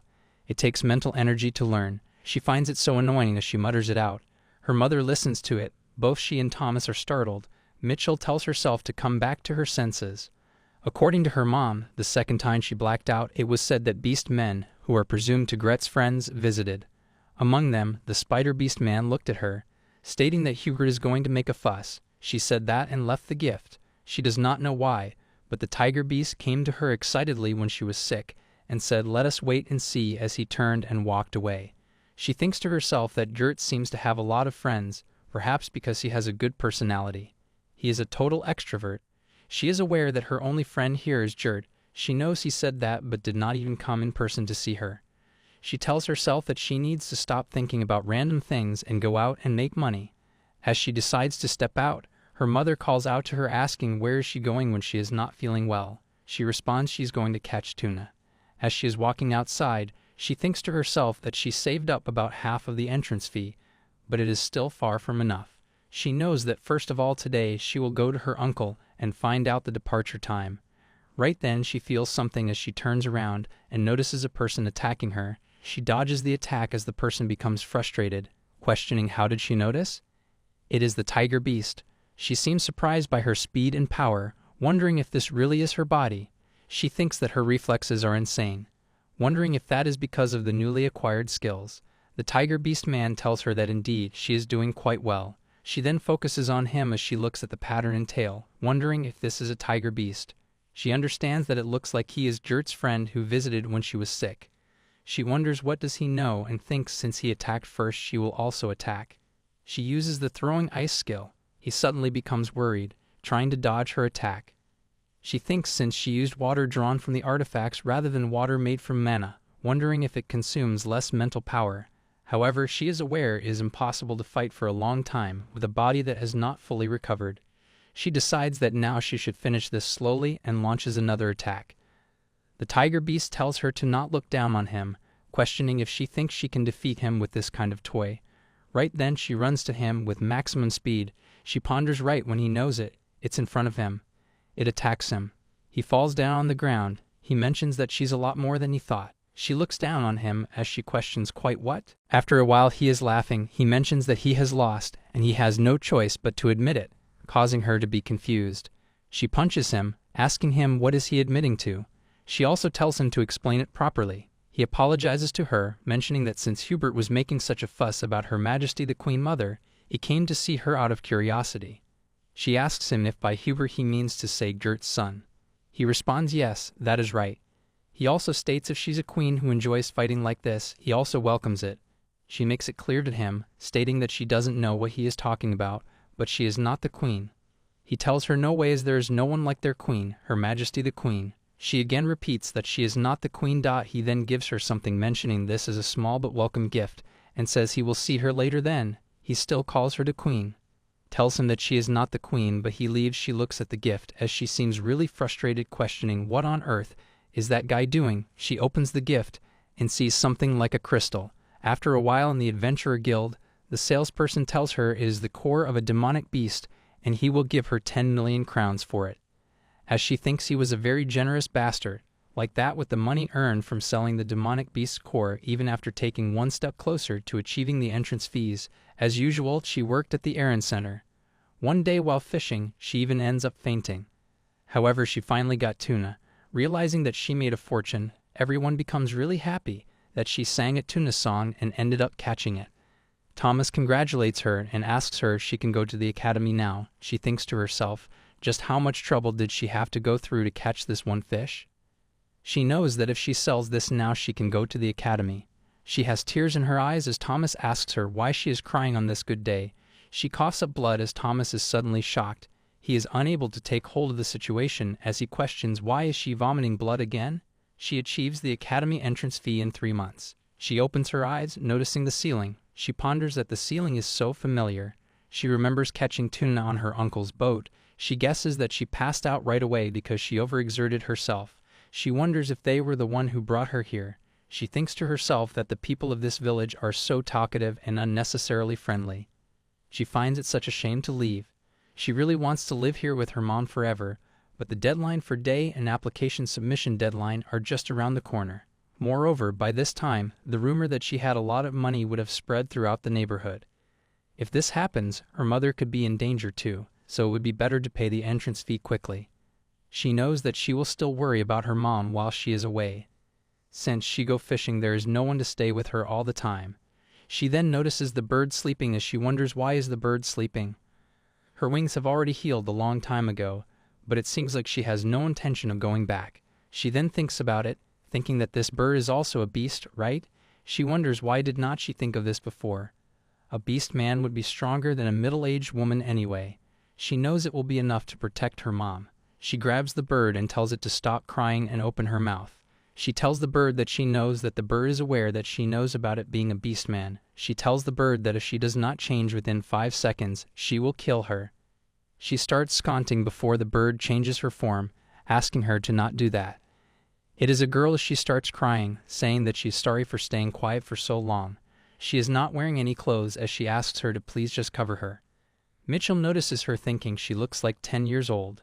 She covers her and tells her that there is nothing to be sorry about, as when she goes to the academy, she cannot come here except during vacation, so she'll have to take care of her mom in the meantime.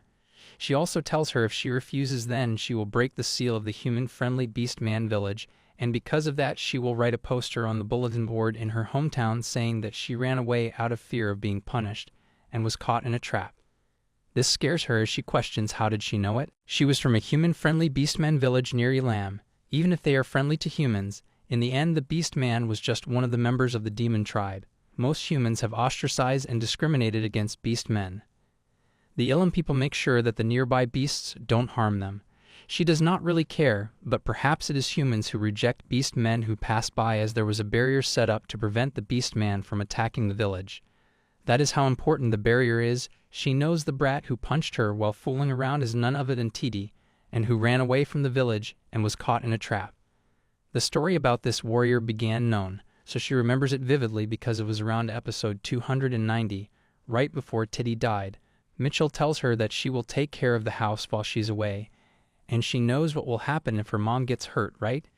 Titi agrees to it, and in her mind, she seems pretty happy. She thinks that it worked, thinking she thought she would not be able to return because the village barrier was destroyed. But now that she's here, she'll have to reveal her identity to her mom and live with her forever. She runs to Eleanor and calls her mom. Eleanor becomes shocked, yelling that there is a thief. Titi seems hurt that Eleanor did not even listen to her. Mitchell states she's going to leave her while she goes to the academy. Eleanor goes to her, telling her she almost got her head smashed without even knowing that. Mitchell thinks if she was worrying about her mother for no reason, she knows that is how her mother gave birth to 2 daughters in 3 months. She goes out as she is aware today is the day that Gert invited her to the Beast King's tower as a thank you for inviting him last time. This time he said he would treat her. She thinks it was disappointing not to see her nose bleed after falling, but she knows the timing is perfect. She is aware that she should say hello and let him know that she will be leaving soon. She calls out to Gert and questions if he came to greet her. He looks at her as she questions if he got home safely last time. She questions why did he come this far to meet her. He does not know how to respond before he extends his hand. He asks her to hold his hand. She's totally taken aback before she questions what does he mean to say. Does he mean to walk hand in hand? He becomes embarrassed before he tells her he does not mean that, stating that beast men born in the Beast Men Tower can use the return skill, so she can come with him. She can get to the tower in one go. She understands it. Then she mentions if that were the case, there was no need to be embarrassed as he has touched her body before too.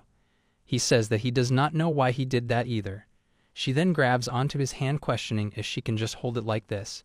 He states yes, and this is her first time, so she might feel dizzy, so she should close her eyes. She then closes her eyes for a moment before she opens it. She finds herself in a different location.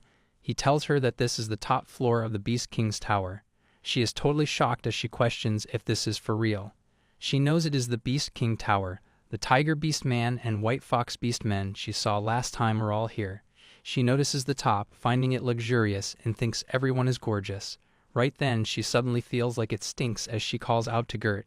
He asks her why is she calling him as she tells him she needs to go to the bathroom.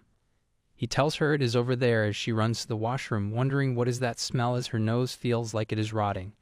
She knows it seems to be the smell of rotting meat beasts and other different smells wafting from the tower.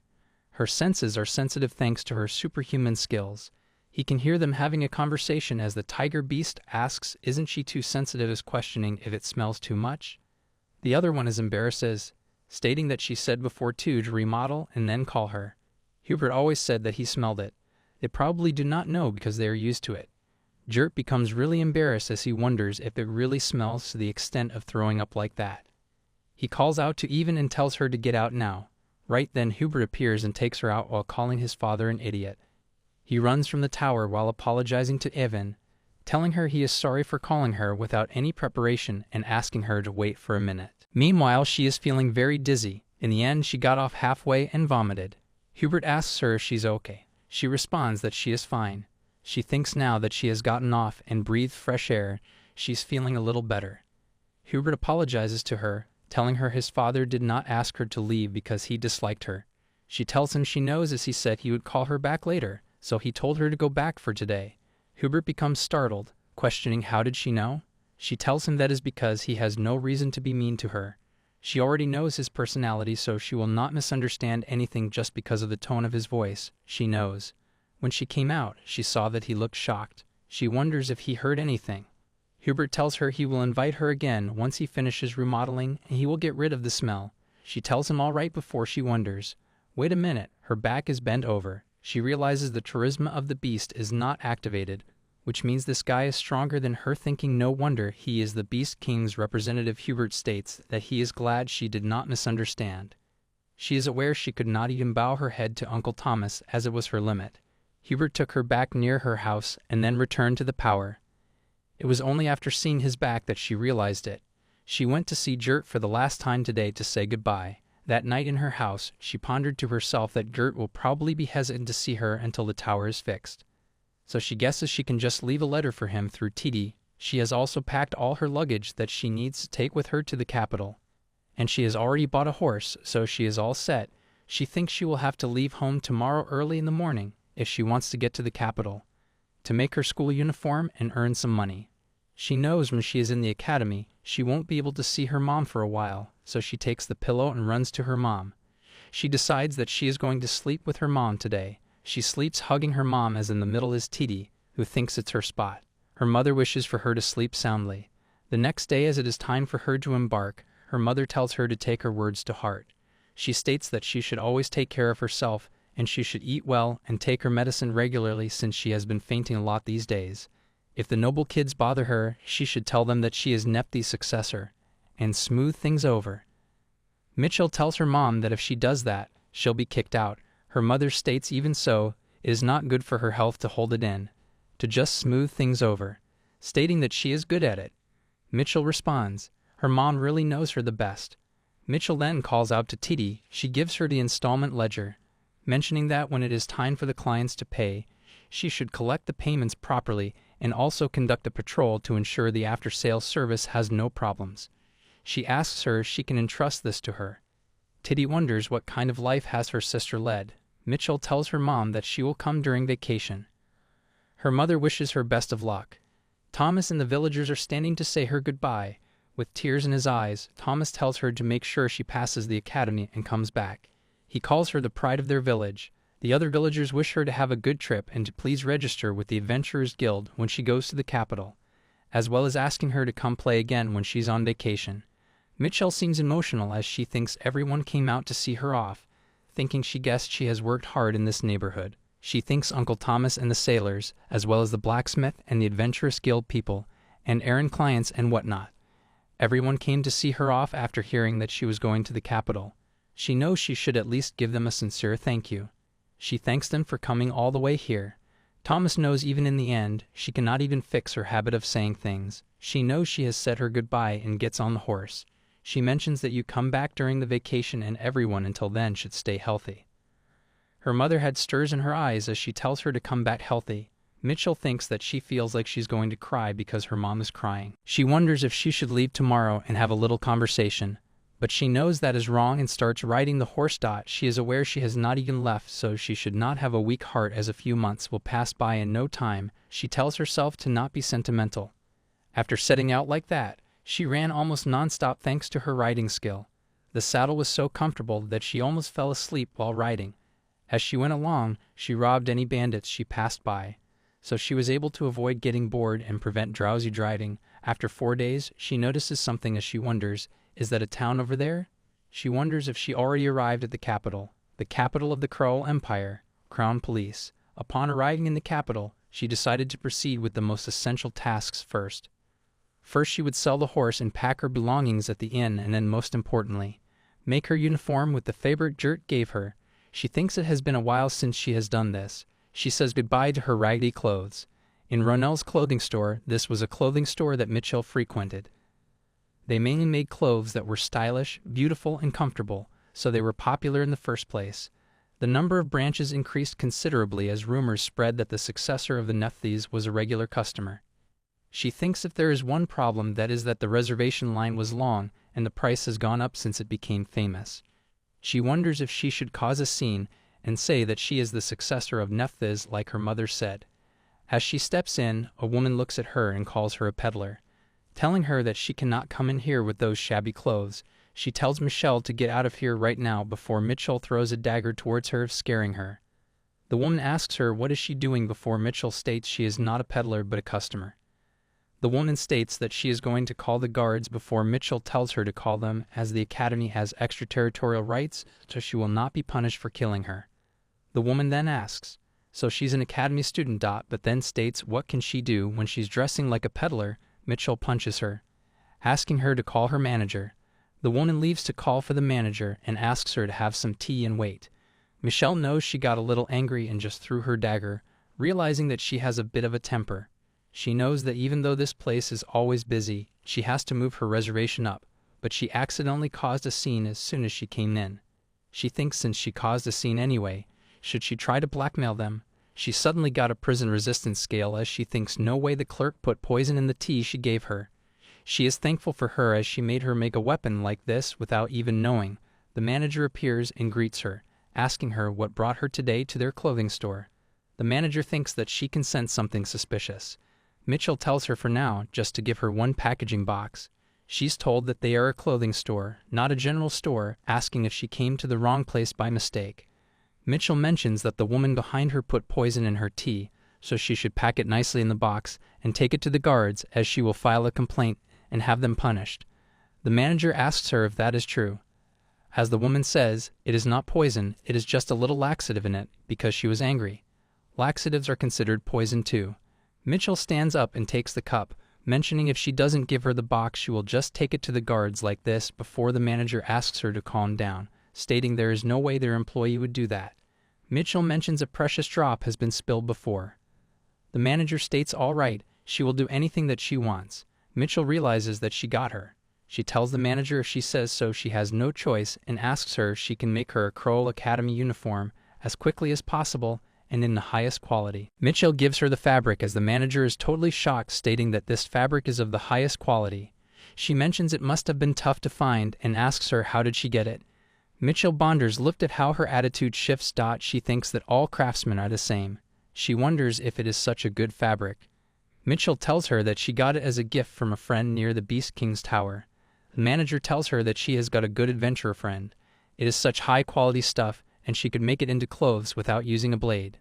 Mitchell asks her if that is the case. She wonders if the manager means to say it is that good of a fabric. The manager tells her, however, because the fabric is strong, the needle won't go in that easily, so they have to use an artifact, and it is a bit expensive, so the price will be a bit higher. As she said, she wants to get it quickly, right? Mitchell asks her how will it cost then. The manager questions how long has she been thinking about. Mitchell tells her to not be a rip-off and tell her directly. The manager states it is going to cost 10 million crowns. Mitchell thinks to herself that 10 million crowns is practically her life savings. They even ignore the reservation turn number and make clothes, so she guesses she'll have to endure this. She responds, all right then, she's going to pay in full. The manager states their customer is so generous. She also states she will consider that the store clerk's attempted poisoning never happened. The clerk thanks her before Mitchell tells the clerk that instead, she should drink it to destroy any evidence of poisoning that happened here. She has to drink all that is left in this teacup. The clerk looks at the manager, but the manager ignores her. She thinks to herself, this is the diarrhea medication. She just has to take it in one shot and is trembling as she looks at the cup. So the clerk drank the tea in one shot with diarrhea medicine in it. The clerk went straight to the bathroom. She did not see her until she left the shop. The manager said she would make the school uniform before the entrance ceremony. She told her that she had taken out 17 bandits on her way to the capital. She locked herself in the sewing room, promising to have it ready in a week. There is only a month and 1/2 until the intern ceremony. But they made it so quickly, and as expected of the manager, she never disappoints. She steps out, knowing that she's leaving the school uniform in her hands, and now next is sorting out living expenses. In the Imperial Kroll Academy, the dean of Imperial Kroll Academy seems really frustrated. He is frustrated because of the Duke of Nephthes, questioning what on earth did he send him. In the letter it is written that it has been a while, and how has he been? It looks like they even appointed him as the dean. If we read the details he wrote in the letter, he is willing to make any amount of donation to help the academy. He is aware that there is nothing ordinary about the letters that the Duke send him. Even just looking at this one looks suspicious. Besides, he wrote that first of this year he is enrolling a peerless beauty named Evan Rafe, and if he does not cooperate, he will kill him. The dean wonders that this is the first time he has heard of that name, wondering if she is some hidden daughter. He also thinks, how can this country kid be a peerless beauty? Thinking what is wrong with the dude who is so into looks that he is practically judging someone by their looks. He is aware that the dude he knows has not spared a glance for anyone less than 10 seconds since his school days. He picked his spouse based solely on looks, regardless of her magic skills. So as the family had hoped, they got a magic-wielding child. They even had the good fortune of looking like the spitting image of their parents. Even if the child is magicless, the Duke would have loved his eldest daughter just as much as he does now. The dean wonders what has gotten into a guy like him. Has he gone crazy from the shock of losing his eldest daughter? Secondly, in the letter it is also written that if that child grows up and won't see people as people anymore, he will punish the professor for it, and he has to support him. If he does not, he will kill him. The dean wonders what kind of personality does this kid have? He knows if Duke is going this far as to say this, it means she's even worse than that. Mitchell. He was strangely quiet when his eldest daughter got sentenced to death for insulting the royals, thinking if he was just washing the hands of his ice-cold daughter. The dean is really exhausted as his head is spinning, thinking if he has a secret love child. The third thing in the letter is to make magic dormitory meals, and if he doesn't make it spicy, salty, and sour, he will kill him. The Department of Magic. It looks like the hidden child is a wizard. Moreover, if she has already entered the academy, she seems to be a higher-level wizard than Michelle. Now he understands why he gave up on his beloved eldest daughter. In the letter, the fourth thing is written that even if he tell anyone about this, he will kill him. The dean thinks he is really still the same guy. He's the same crazy guy he knows. More than that, he's worried about the future, wondering how crazy this person named Evan is. A week later, she thinks as expected. Working at the errand center is very rewarding. She does not have to worry about pocket money at the academy. She already received a school uniform from Miss Ronell. Now she has to leave for the academy. Someone calls out to her as some people are telling her she will definitely pass the academy, and thanks to her, their store sales have increased tenfold. The other one thanks her for helping her dad escape from unemployment. Mitchell thinks about it, wondering what is this déjà vu? Johnny worked here and there for a while, but everyone came to see her off. Even the horses came with them to the capital. She thinks then she guessed she should say hello and leave. She thanks them and says to them to stay healthy. However, they tell her if she does not change her speaking habits, she will be ostracized. One of them tells her that if nobles behave badly, he will take care of them, so she should just come and tell him. To receive support like this, she feels like she is traveling to the academy again, but then she thinks she should hurry before it is too late to the academy entrance examination center. Examine number 3504. It is Ivan Rafe. She steps in her uniform as she thinks it is not as big of a deal as she thought. A person stares at her. This is she's wearing the school uniform even though her admission is not decided, thinking if that Neth is herself. He tells her that to show off her skills, if she kills the demon beast in front of her to the best of her ability, she will pass the test. She responds that she does not kill animals. It is pitiful. The dean notices her as he thinks they say she is vicious, but it is a little different from what the Duke said. He knows this child has a heart that knows how to feel sorry for others. She really has a kind heart. Mitchell looks at them and mentions instead she'll kill them. The examiner. That should be enough to prove her skills. The dean finds her absolutely insane. Knowing that this girl with her Nephthys bloodline is brimming with confidence, she uses the skill throwing eyes with before they become scared, asking if she was serious. They make a barrier to stop her. They ask her to stop, otherwise they will kick her out of the exam room right away. Tells her to stop, but she does not before they say she has been passed. They tell her there's still about a month left until the entrance ceremony, so in the meantime before she turns around and runs away, stating that she has to go to the dorm and grab lunch first. The examiners are done for before they call out for the next student.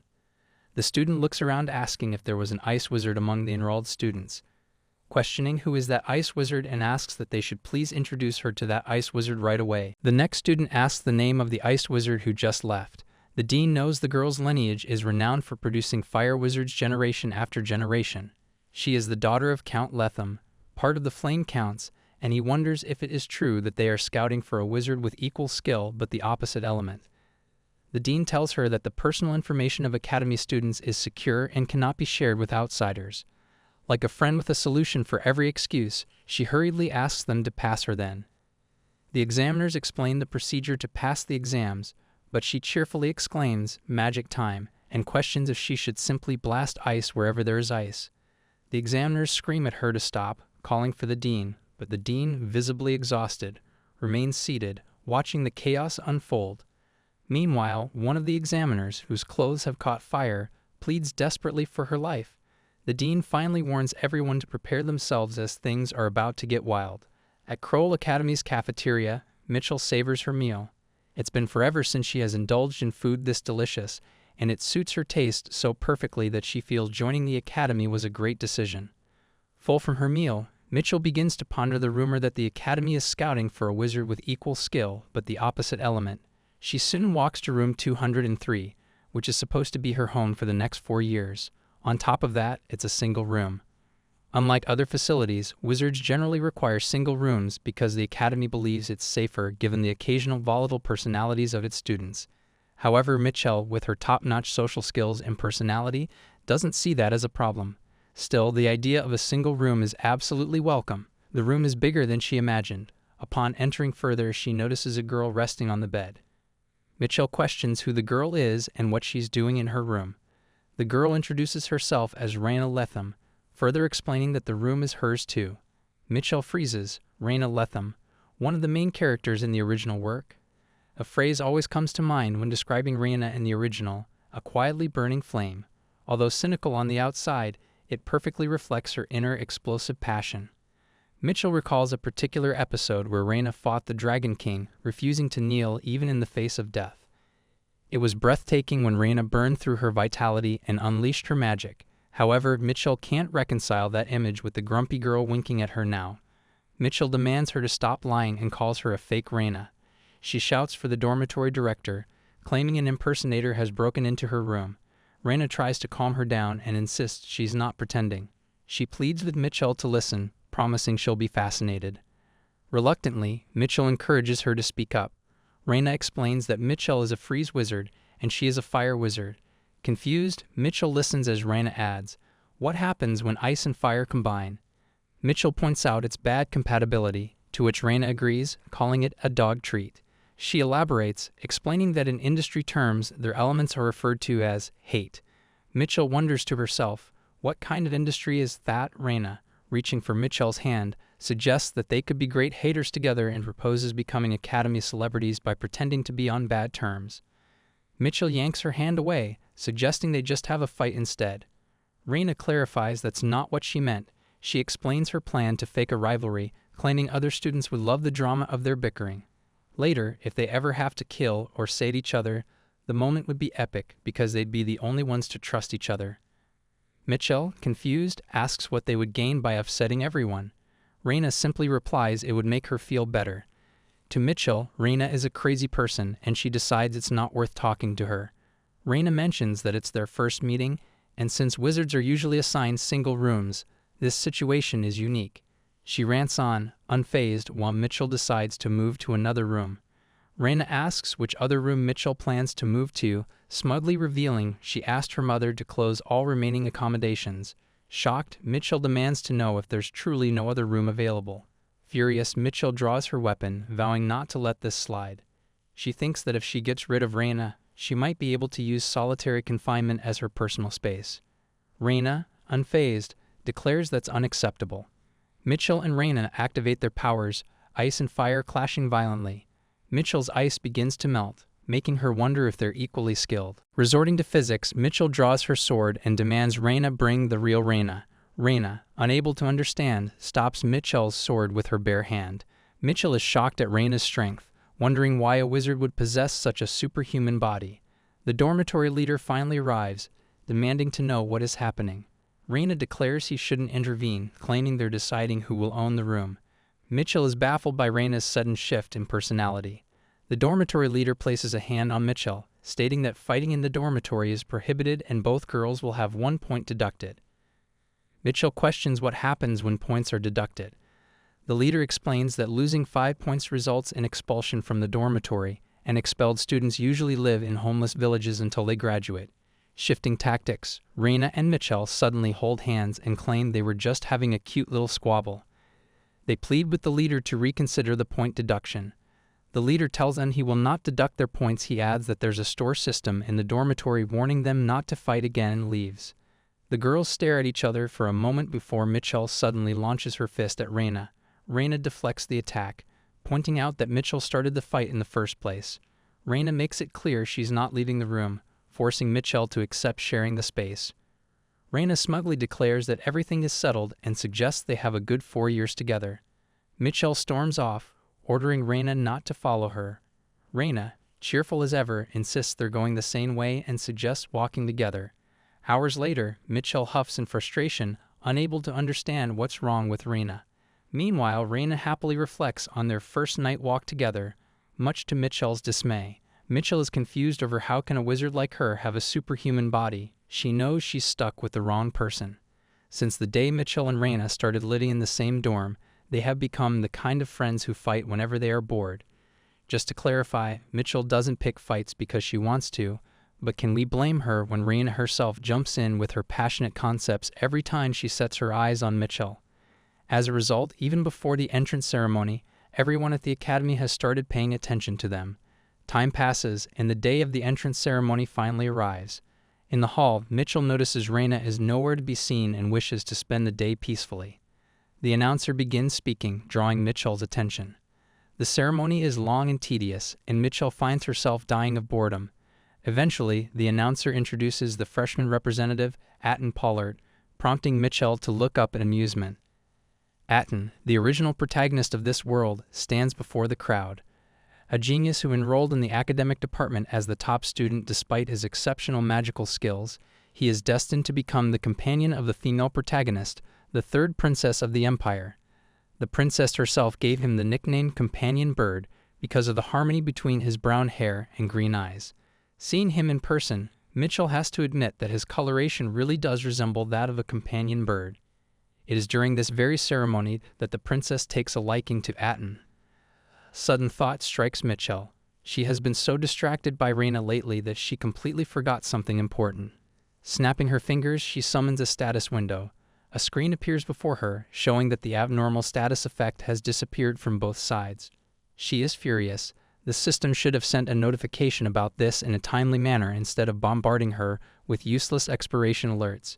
Mitchell wonders about the ominous timing of the notification. It's only now that the expiration has been removed. Could it be, suddenly, a pop-up appears. It declares that the dawn has been changed for the top seat of the midterm exam in the first semester of the School of Magic. If the seat is missed, death will occur. Mitchell is even more infuriated. What do they mean by the top seat? It clearly refers to being the top student in the department, not an actual stone seat. Worse, it's referring to Atten Pollard, the companion bird. The system window is maddening. While previous expiration statuses like escaping from death row or getting into the academy were somewhat manageable, this time the task is to become the top student in the department.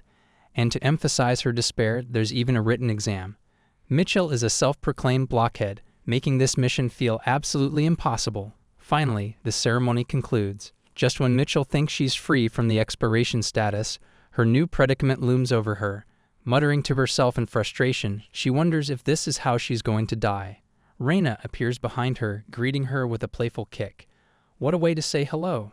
Mitchell falls to the ground, and Reina mocks her, calling her a disappointment before walking away. But as soon as Reina steps away, she turns back, worried, and asks Mitchell if she's okay, or if she needs to go to the infirmary. Mitchell, lying on the ground, grumbles, wondering why Reina bothers with the act if she's just going to get worried afterward. Reina pulls her back up, concerned about Mitchell's condition, and starts fussing over her. Mitchell, fed up with everything, murmurs, timetable, repeatedly. Reina, deciding Mitchell is unwell, insists on taking her to the nurse's office. At the nurse's office, Reina gives Mitchell a timetable and asks if she's feeling better. Taking the timetable, Mitchell thanks her, though Reina seems curious about Mitchell's sudden interest in it. Of course, Mitchell needs to see the timetable if she wants to secure the top spot. Maybe there's an easy subject she can excel in. In the School of Magic, each grade has set courses, especially for freshmen who are given schedules without registering for classes. That means Mitchell has a slim chance, if she focuses on practical skills. Looking at the timetable, she notes the courses: Practical Magic, Combat Practice, Ethics and Etiquette, Criminal Law, and, to her horror, college math. Mitchell asks Reina if they calculate the volume of a cylinder using integrals. Reina replies that it's basic and something they learned when they were young. Mitchell is stunned. The education level in this world is ridiculously high. For someone who gave up on elementary math, this is a catastrophe. Reina, sensing Mitchell's despair, hands her some candy and medicine, urging her to rest and attend the first class since attendance is mandatory. She also advises Mitchell to stay away from her during the lesson. Reina praises Mitchell for intentionally avoiding her during the entrance ceremony, believing she has matured. Mitchell stares at Reina, realizing she noticed. If not for her peculiar concepts, Reina might actually seem like a nice person. Mitchell wonders why there's such a vast difference between the real Reina and the novel's Reina. Could it be because of her? Shaking off the thought, she decides it's impossible and heads to her first class. In class, Mitchell contemplates her chances. Even though she's a blockhead, if she studies like crazy, there might be hope. Since it's the first day, she prays for a simple lesson. The teacher begins with, as the saying goes, a good start is like winning half the battle. Keeping up with the lesson, Mitchell panics. None of this makes sense. Escaping her fate seems impossible, but she resolves to focus on preventing others from outperforming her. Summoning the system window, she hatches a devious plan to give everyone sleeping pills so she can be the only one taking the exam. That way, she'll secure the top spot. Leaving the classroom, Mitchell is delighted by her cleverness, praising herself for not giving up. The next class, Ethics and Etiquette, offers an unexpected advantage. It's taught by Professor Hemrick. In the novel, Professor Hemrick was nobleman to the core, despising commoners to the point of causing troubles as a result. Although he was mostly confined to the academic department dominated by noble families, he was compelled to teach high-level manners and etiquette to students in the Department of Magic due to principal directive. Reluctantly, he was attending classes in the Department of Magic for promotion, and that's where the tragedy began. Students began tormenting and disappearing the professor, and the professor's mental health started to deterioration without expressing any complaints. Before the start of the second semester, he took his own life, a victim of a clearly understood cause and effect. Maybe this time too, she may be able to change the course of the original story. Mitchell decides to observe him carefully, hoping to use her knowledge to change the original storyline while also ensuring her survival. Are they wizards because they have gone crazy, or have they gone crazy because they are wizards? Their insanity is so extreme that there's even a saying that insanity is part of being a wizard. The Academy not only aims to develop students' abilities, but also their morality. That's why the administrators had to implement measures within the Department of Magic, including the exchange qualification system. If students achieve high results in all subjects, they are classified as capable of leading a normal social life, which allows them to interact with other departments of the school. Mitchell thinks to herself how clueless wizards must be to resort to such methods. It's evident in the ethics and etiquette class currently in progress. The teacher is explaining the proper way to tame a rabbit. At the back of the class, one student whispers, asking if rabbits aren't the creatures hanging in butcher shops. His friend replies that he has never caught a rabbit before, so he doesn't know. Mitchell is annoyed by their irrelevant conversation. Reina stands up, ready to answer the teacher's question. The teacher praises her, and as expected, Reina, the main character, stands out from the others.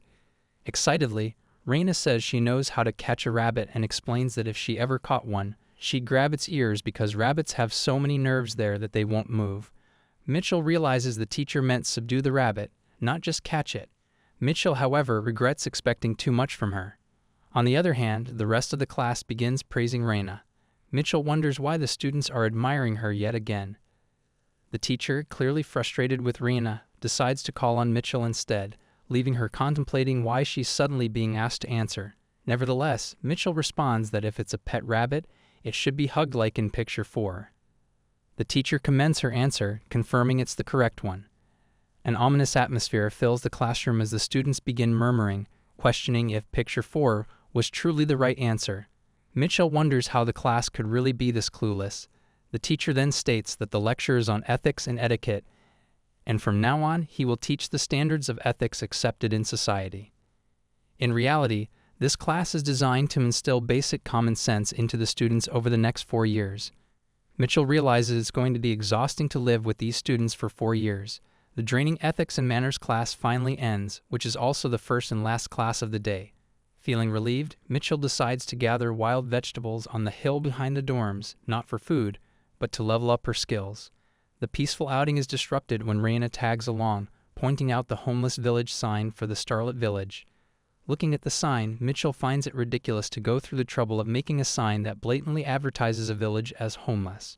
Sarcastically, she suggests Reina should live there since it suits her caliber. Reina retorts that she wouldn't go without a friend. Dumb and Dumber duo, for real. Reina finally asks why Mitchell is walking up the hill. Mitchell explains she's there to pick vegetables. Reina, confused, questions what vegetables are. Frustrated, Mitchell spins around and yells at Reina to stop bothering her. Suddenly, something catches her eye. It's a fern. Thrilled, Mitchell hadn't expected to find one so easily. She explains to Reina that these are western ferns and quite large. To Reina, they look like weeds, and she questions if they're edible. While picking the ferns, Mitchell assures her they are edible and tasty when prepared properly. Curious, Reina takes a bite but quickly remarks they aren't tasty.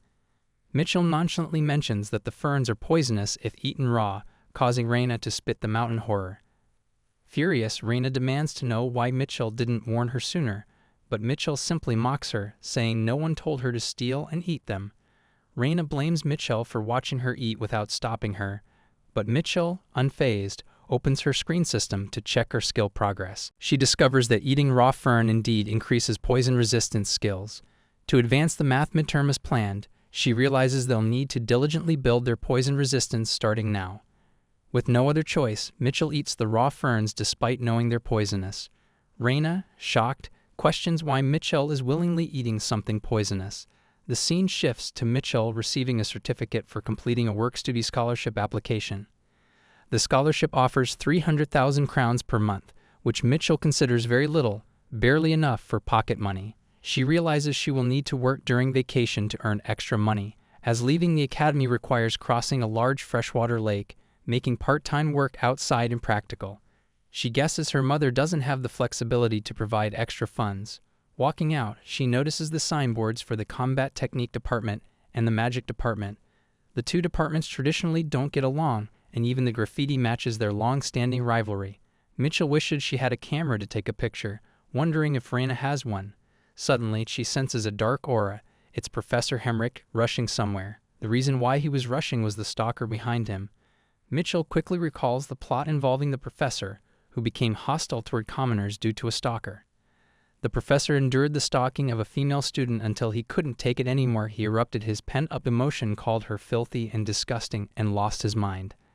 At the time the students who witnessed the scene started tormenting the professor, showing him their true colors. Unable to bear the pain, the professor took his life, and the female student who stalked her withdrew from the school shortly.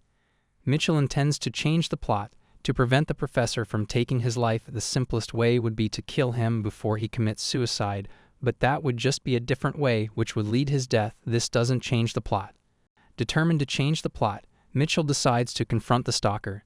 Using her ice skill, Mitchell terrifies the girl stalking the professor.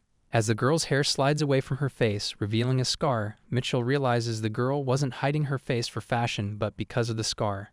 Mitchell firmly tells the girl to stop following the professor as it makes others uncomfortable. The professor, initially hesitant, mutters that it's fine, but Mitchell presses if he is fine, then can she follow him too? Even after graduation, she will follow him until his death. Professor finally speaks. He detests of being followed. Mitchell encourages him to speak up more often instead of bottling up his emotions. Professor points isn't etiquette, score more important, to which she replies she hopes he can tolerate the penalty points. While walking away, he praises that she still have some common sense. Mitchell is pissed if he is going to only do this much to save himself. Turning to the girl, Mitchell repeats her actions are making others uncomfortable. She leans forward not to hide her pretty face and to walk with confidence. Embarrassed, the girl pushes Mitchell away. Mitchell apologizes, saying if people praise her beauty too much she might go crazy. The comment only makes the girl blush harder. As Mitchell walks away, she reminds the girl not to do things that make others uncomfortable and adds that she hopes the stalking will stop. Mitchell feels satisfied with herself, thinking it's a perfect execution and an even more perfect exit. Meanwhile, the girl places a hand on her chest, her mind racing. She marvels at how entirely different Mitchell is from the professor. Blushing again as she recalls the compliment, a small smile creeps onto her face, and she finds herself longing to know Mitchell's name. Mitchell is cleaning, but there isn't much to clean. The weather is nice, and with Reina not around, there's no better place for Mitchell to be. To understand how she manages to ditch Reina, who sticks to Mitchell like gum, one must go back to the story of Mitchell's first real combat class. Real combat class is a time set aside for assessing and training individual abilities in preparation for actual combat. Everyone brings whatever skills they have, but the class often descends into chaos when the professor announces that he will be selecting a class representative during the first lesson. The attack magicians, including Reina, go wild. Eventually, the first class is abruptly halted. The teacher shouts at the 3 students who attack and imposes disciplinary action. They are prohibited from leaving the dormitory except during class hours. That's how Mitchell gains some peace without lifting a finger. Not only that, but her calm demeanor during the chaos catches her teacher's eye. The teacher approaches her, stating that she is the only one who remains composed. He says there is no one else but her who can handle the responsibility and offers her the position of class representative. Unfazed, Mitchell replies that if she is to kill the rest of the class, then she will consider taking on the role of first class representative. But Mitchell doesn't like the idea, nor does she want the position, even if it means death. She despises the very thought of being the class representative. Frustrated, the teacher walks away, calling her a hopeless magician. Mitchell finds the situation amusing. Why is he acting this way when she declines politely later? To earn some pocket money, Mitchell faces another crisis when she applies for a work scholarship. The head questions whether she, as a magician, can handle the paperwork tasks. Mitchell admits that she might be a blockhead who can't even calculate the volume of a cylinder through integration. But she promises to do her best if given the chance.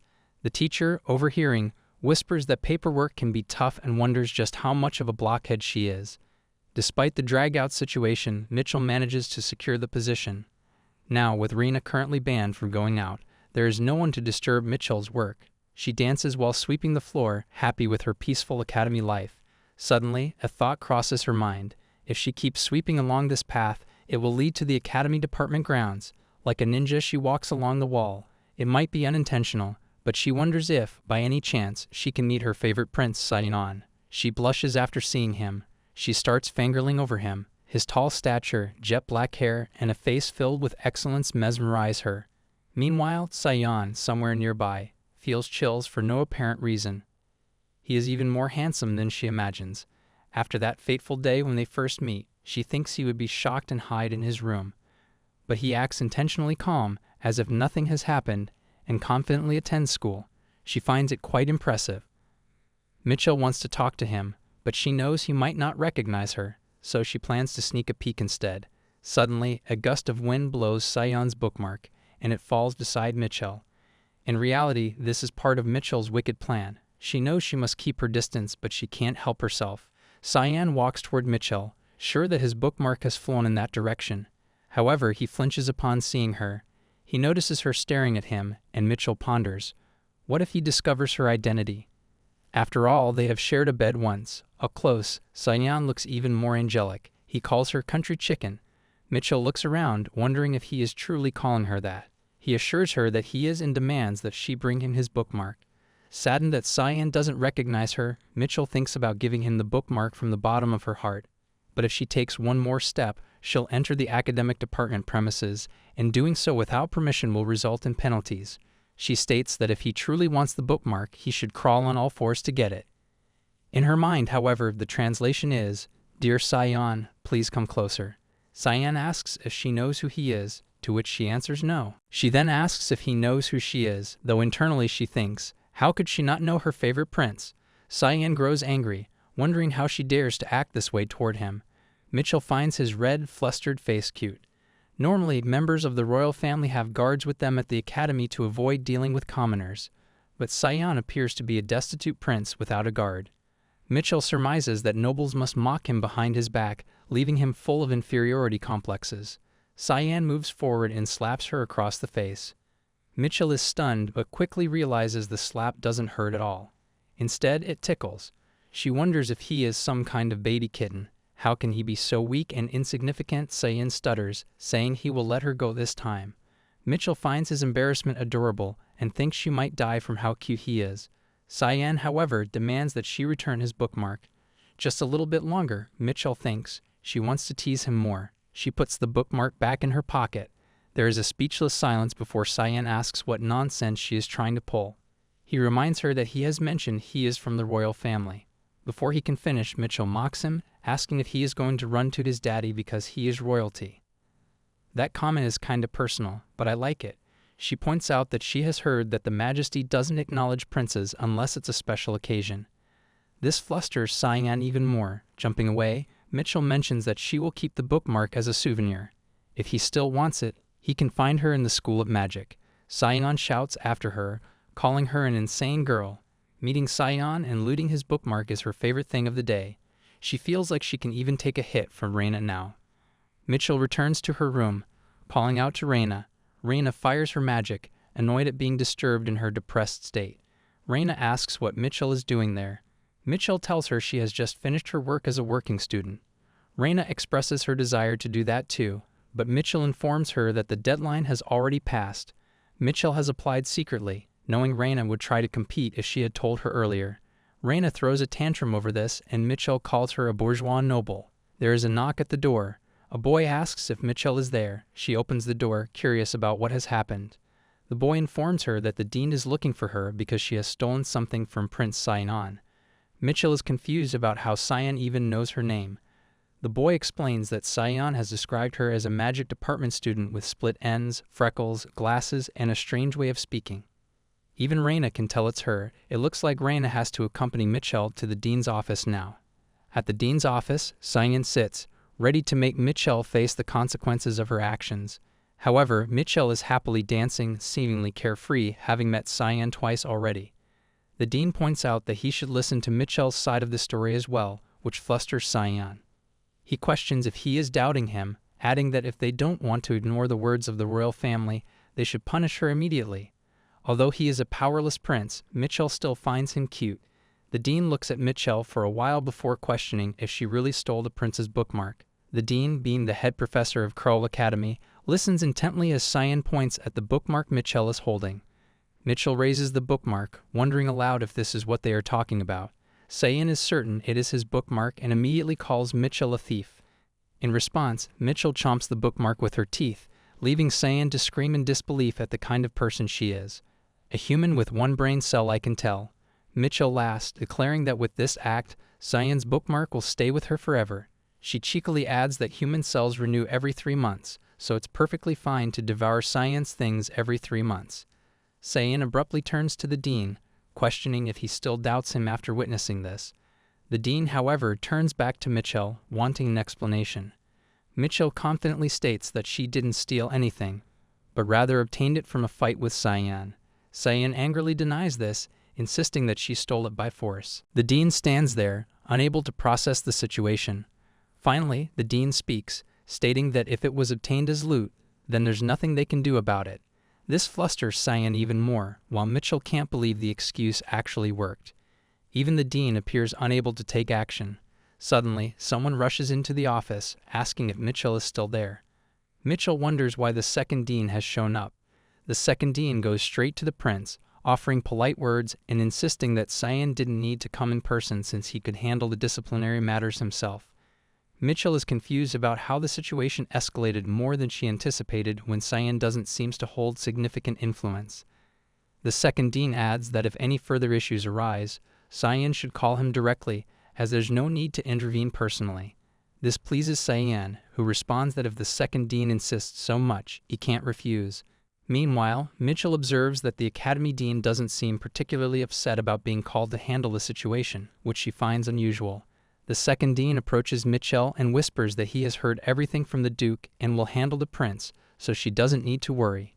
Mitchell processes the situation, realizing that by Duke, he must mean Duke Nephthys, her father. She feels confused by the turn of events but understands the implications. The dean comments that it seems she has landed herself a powerful ally. Mitchell herself isn't sure about this, but the dean seems amused by her improved manners. She only displays them because he is her teacher. She greets him formally, feeling as if her spine is straightening. The dean remarks that those with good instincts tend to live long lives. He adds that if she survives until her 4th year, she can come to him, as he will be her advisor after graduation. Mitchell wonders what he means by this but declines the offer, explaining that he seems like someone who would be a pain to deal with. The dean chuckles and assures her that she will find out naturally. Among the fourth-year professors, he will be the most comfortable for her to work with. Mitchell notices his smiling expression even through his mask and feels reluctant. Suddenly, a screen appears, announcing that the plot has changed. Mitchell is confused as she didn't do anything. She wonders if it's because of her contact with Cyan. However, the timing seems off. If the plot were to change, it should have done so when she ate the bookmark. The only other possibility is the dean's claim to be her professor, which is strange since the dean wasn't mentioned in the original work. She looks here and there as there's no way an extra can have this much influence on the plot, but it's possible that it's not the dean but mentioned by name, and if she managed to find out the name she might be able to figure out who is it. She looks around, hoping to find a clue, but there's no nameplate on his desk. The only option left is to check his business card to learn his name. The dean notices her actions and questions what she's doing. Mitchell replies that she would like his business card. The dean moves to retrieve it from his locker. Meanwhile, Mitchell grows more anxious, wondering why her waist keeps sinking. Her forced combat power measurement skill, Beast Charisma, gauges an opponent's level based on the stiffness of her neck and waist. For example, even saying hello is the limit when facing Reina, and Mitchell can barely lift her head in front of the second dean. Yet with this dean, her waist bends more than it did in front of Hubert, the deputy director who fought the main character of the original work for 2 consecutive nights. Mitchell realizes that this dean is an even greater monster than Hubert. She feels she must measure his power carefully. Kneeling was fine, headbutting too. However, the dean tells her there's no need to kneel just to get a business card. Mitchell insists that she just wanted to kneel. Her knees and everything was trembling because she was really scared. The dean finds her behavior strange but finally hands over his business card. Mitchell quickly takes it and leaves the office. The dean watches her go, calling her a peculiar student. Outside, Mitchell runs to hide behind a wall, shivering from the entire experience. She pulls out the card, eager to see the dean's name, only to find the words "Common Professor." Mitchell bursts into laughter at how absurdly generic the name is, concluding that it must be a pseudonym. Realizing the business card was meaningless, she slumps to the ground, comforting herself by pleading internally for the professor not to misunderstand her intentions. She prays the professor doesn't get any dreadful ideas. Mitchell comforts herself with the thought that in life, there might exist a professor named simply Professor, as she also lives with 2 biochips implanted in her body. Although unsettling, this isn't important to her right now. Her focus is on becoming the top student in her class, as it is the only way to escape the time limit she is under. To achieve this, she has been diligently working on her toxin immunity, though she cannot determine exactly what level 5 entails. She ponders where she might find something stronger than ferns and wonders if she should visit the academy department and test whatever poison she comes across. Her eyes catch sight of the little shiny stalker she noticed earlier. It seems the girl has given up on her vision-blocking hairstyle. The girl comes running toward Mitchell, making her wonder if she has ever told the girl her name. If not, how did the stalker manage to find her? The girl eagerly asks Mitchell how her freshly cut bangs look. While Mitchell finds her beautiful, the bangs themselves look like a mess to her. The girl panics, and Mitchell grows curious about what she used to cut them. Hesitant, the girl eventually reveals a pair of scissors. Not only are the scissors large, but they are also vicious-looking, prompting Mitchell to wonder where the girl could have possibly gotten them. Mitchell takes the scissors from her and asks the girl to close her eyes, assuring her she will fix the bangs. Once finished, Mitchell is relieved to find that her part-time job skills have not rusted. The bangs now look absolutely perfect. As expected, she thinks when the model is stunning, the act of cutting becomes enjoyable. Mitchell calls the girl her customer and adds that from now on she will be the one cutting her bangs. Reina, standing nearby, casts her flame skill toward them, prompting Mitchell to call her a crazy girl for almost ruining her masterpiece. Reina, however, blames Mitchell for standing in that direction. Declaring that they will settle things once and for all, Reina prepares to fight. However, the commotion is interrupted by a loud bang on the classroom door. The teacher enters, calling them darn brats, and ordering them to stop moving as the class is about to start. As expected from the magic department, even the professors have terrible personalities.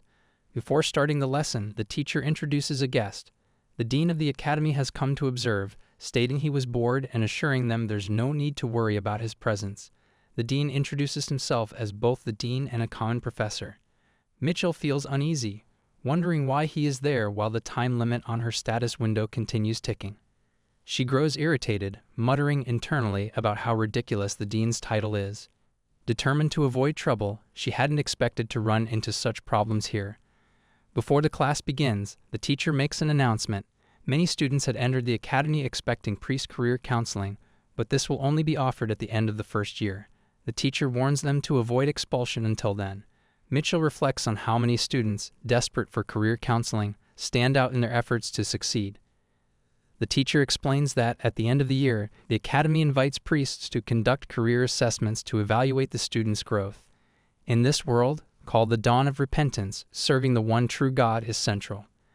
This God is believed to be the creator of all things and the absolute being who governs all destinies. Those who serve this God are known as priests of fate. They are said to predict a person's destiny, not by seeing the future but by consulting the God to determine the flowering or growth potential of a skill. Biochips, made using mana stones, are considered a link to the God of fate. Priests can use their abilities to evaluate an individual's potential through these stones. Students endure the hardships of academy life, which feels like imprisonment, for the chance to undergo these assessments. Returning to the lesson, the teacher mentions that overusing magic will cause students to bleed. Mitchell recalls her earlier plans as the teacher distributes one counter meter to each student. Confused about its purpose, Mitchell listens as the teacher explains that the meters will monitor their magic usage and continue until they vomit blood. The room falls silent as everyone wonders at the absurdity. Mitchell notices the oddly red soil in the field and suspects it might be stained with the blood of students who collapse here. While she understands the intention of testing limits, the method seems extreme. The stalker girl raises her hand, asking about individuals with 2 magic skills. Mitchell turns to her in awe, surprised that the girl possesses not 1 but 2 rare abilities. According to the student records, only one of her skills is listed. Mitchell, remembering the sharp scissors, ponders if her skill is to sharp objects. Hesitant, the stalker girl reveals her skills: Sharpener and Poison Combination. Mitchell is confused as to why someone with no ties to an assassination lineage has such a dangerous poison-based ability. Suddenly, she realizes that this poison combination might help her test her toxin immunity. Placing a hand on the stalker girl's shoulder, Mitchell asks for her name. Reluctantly, the girl introduces herself as Kana. Mitchell praises her name and beauty. At that moment, Reina fires another flame attack at Mitchell, who counters it with an ice throw. Though the moment is critical for Mitchell, Reina continues to be a nuisance.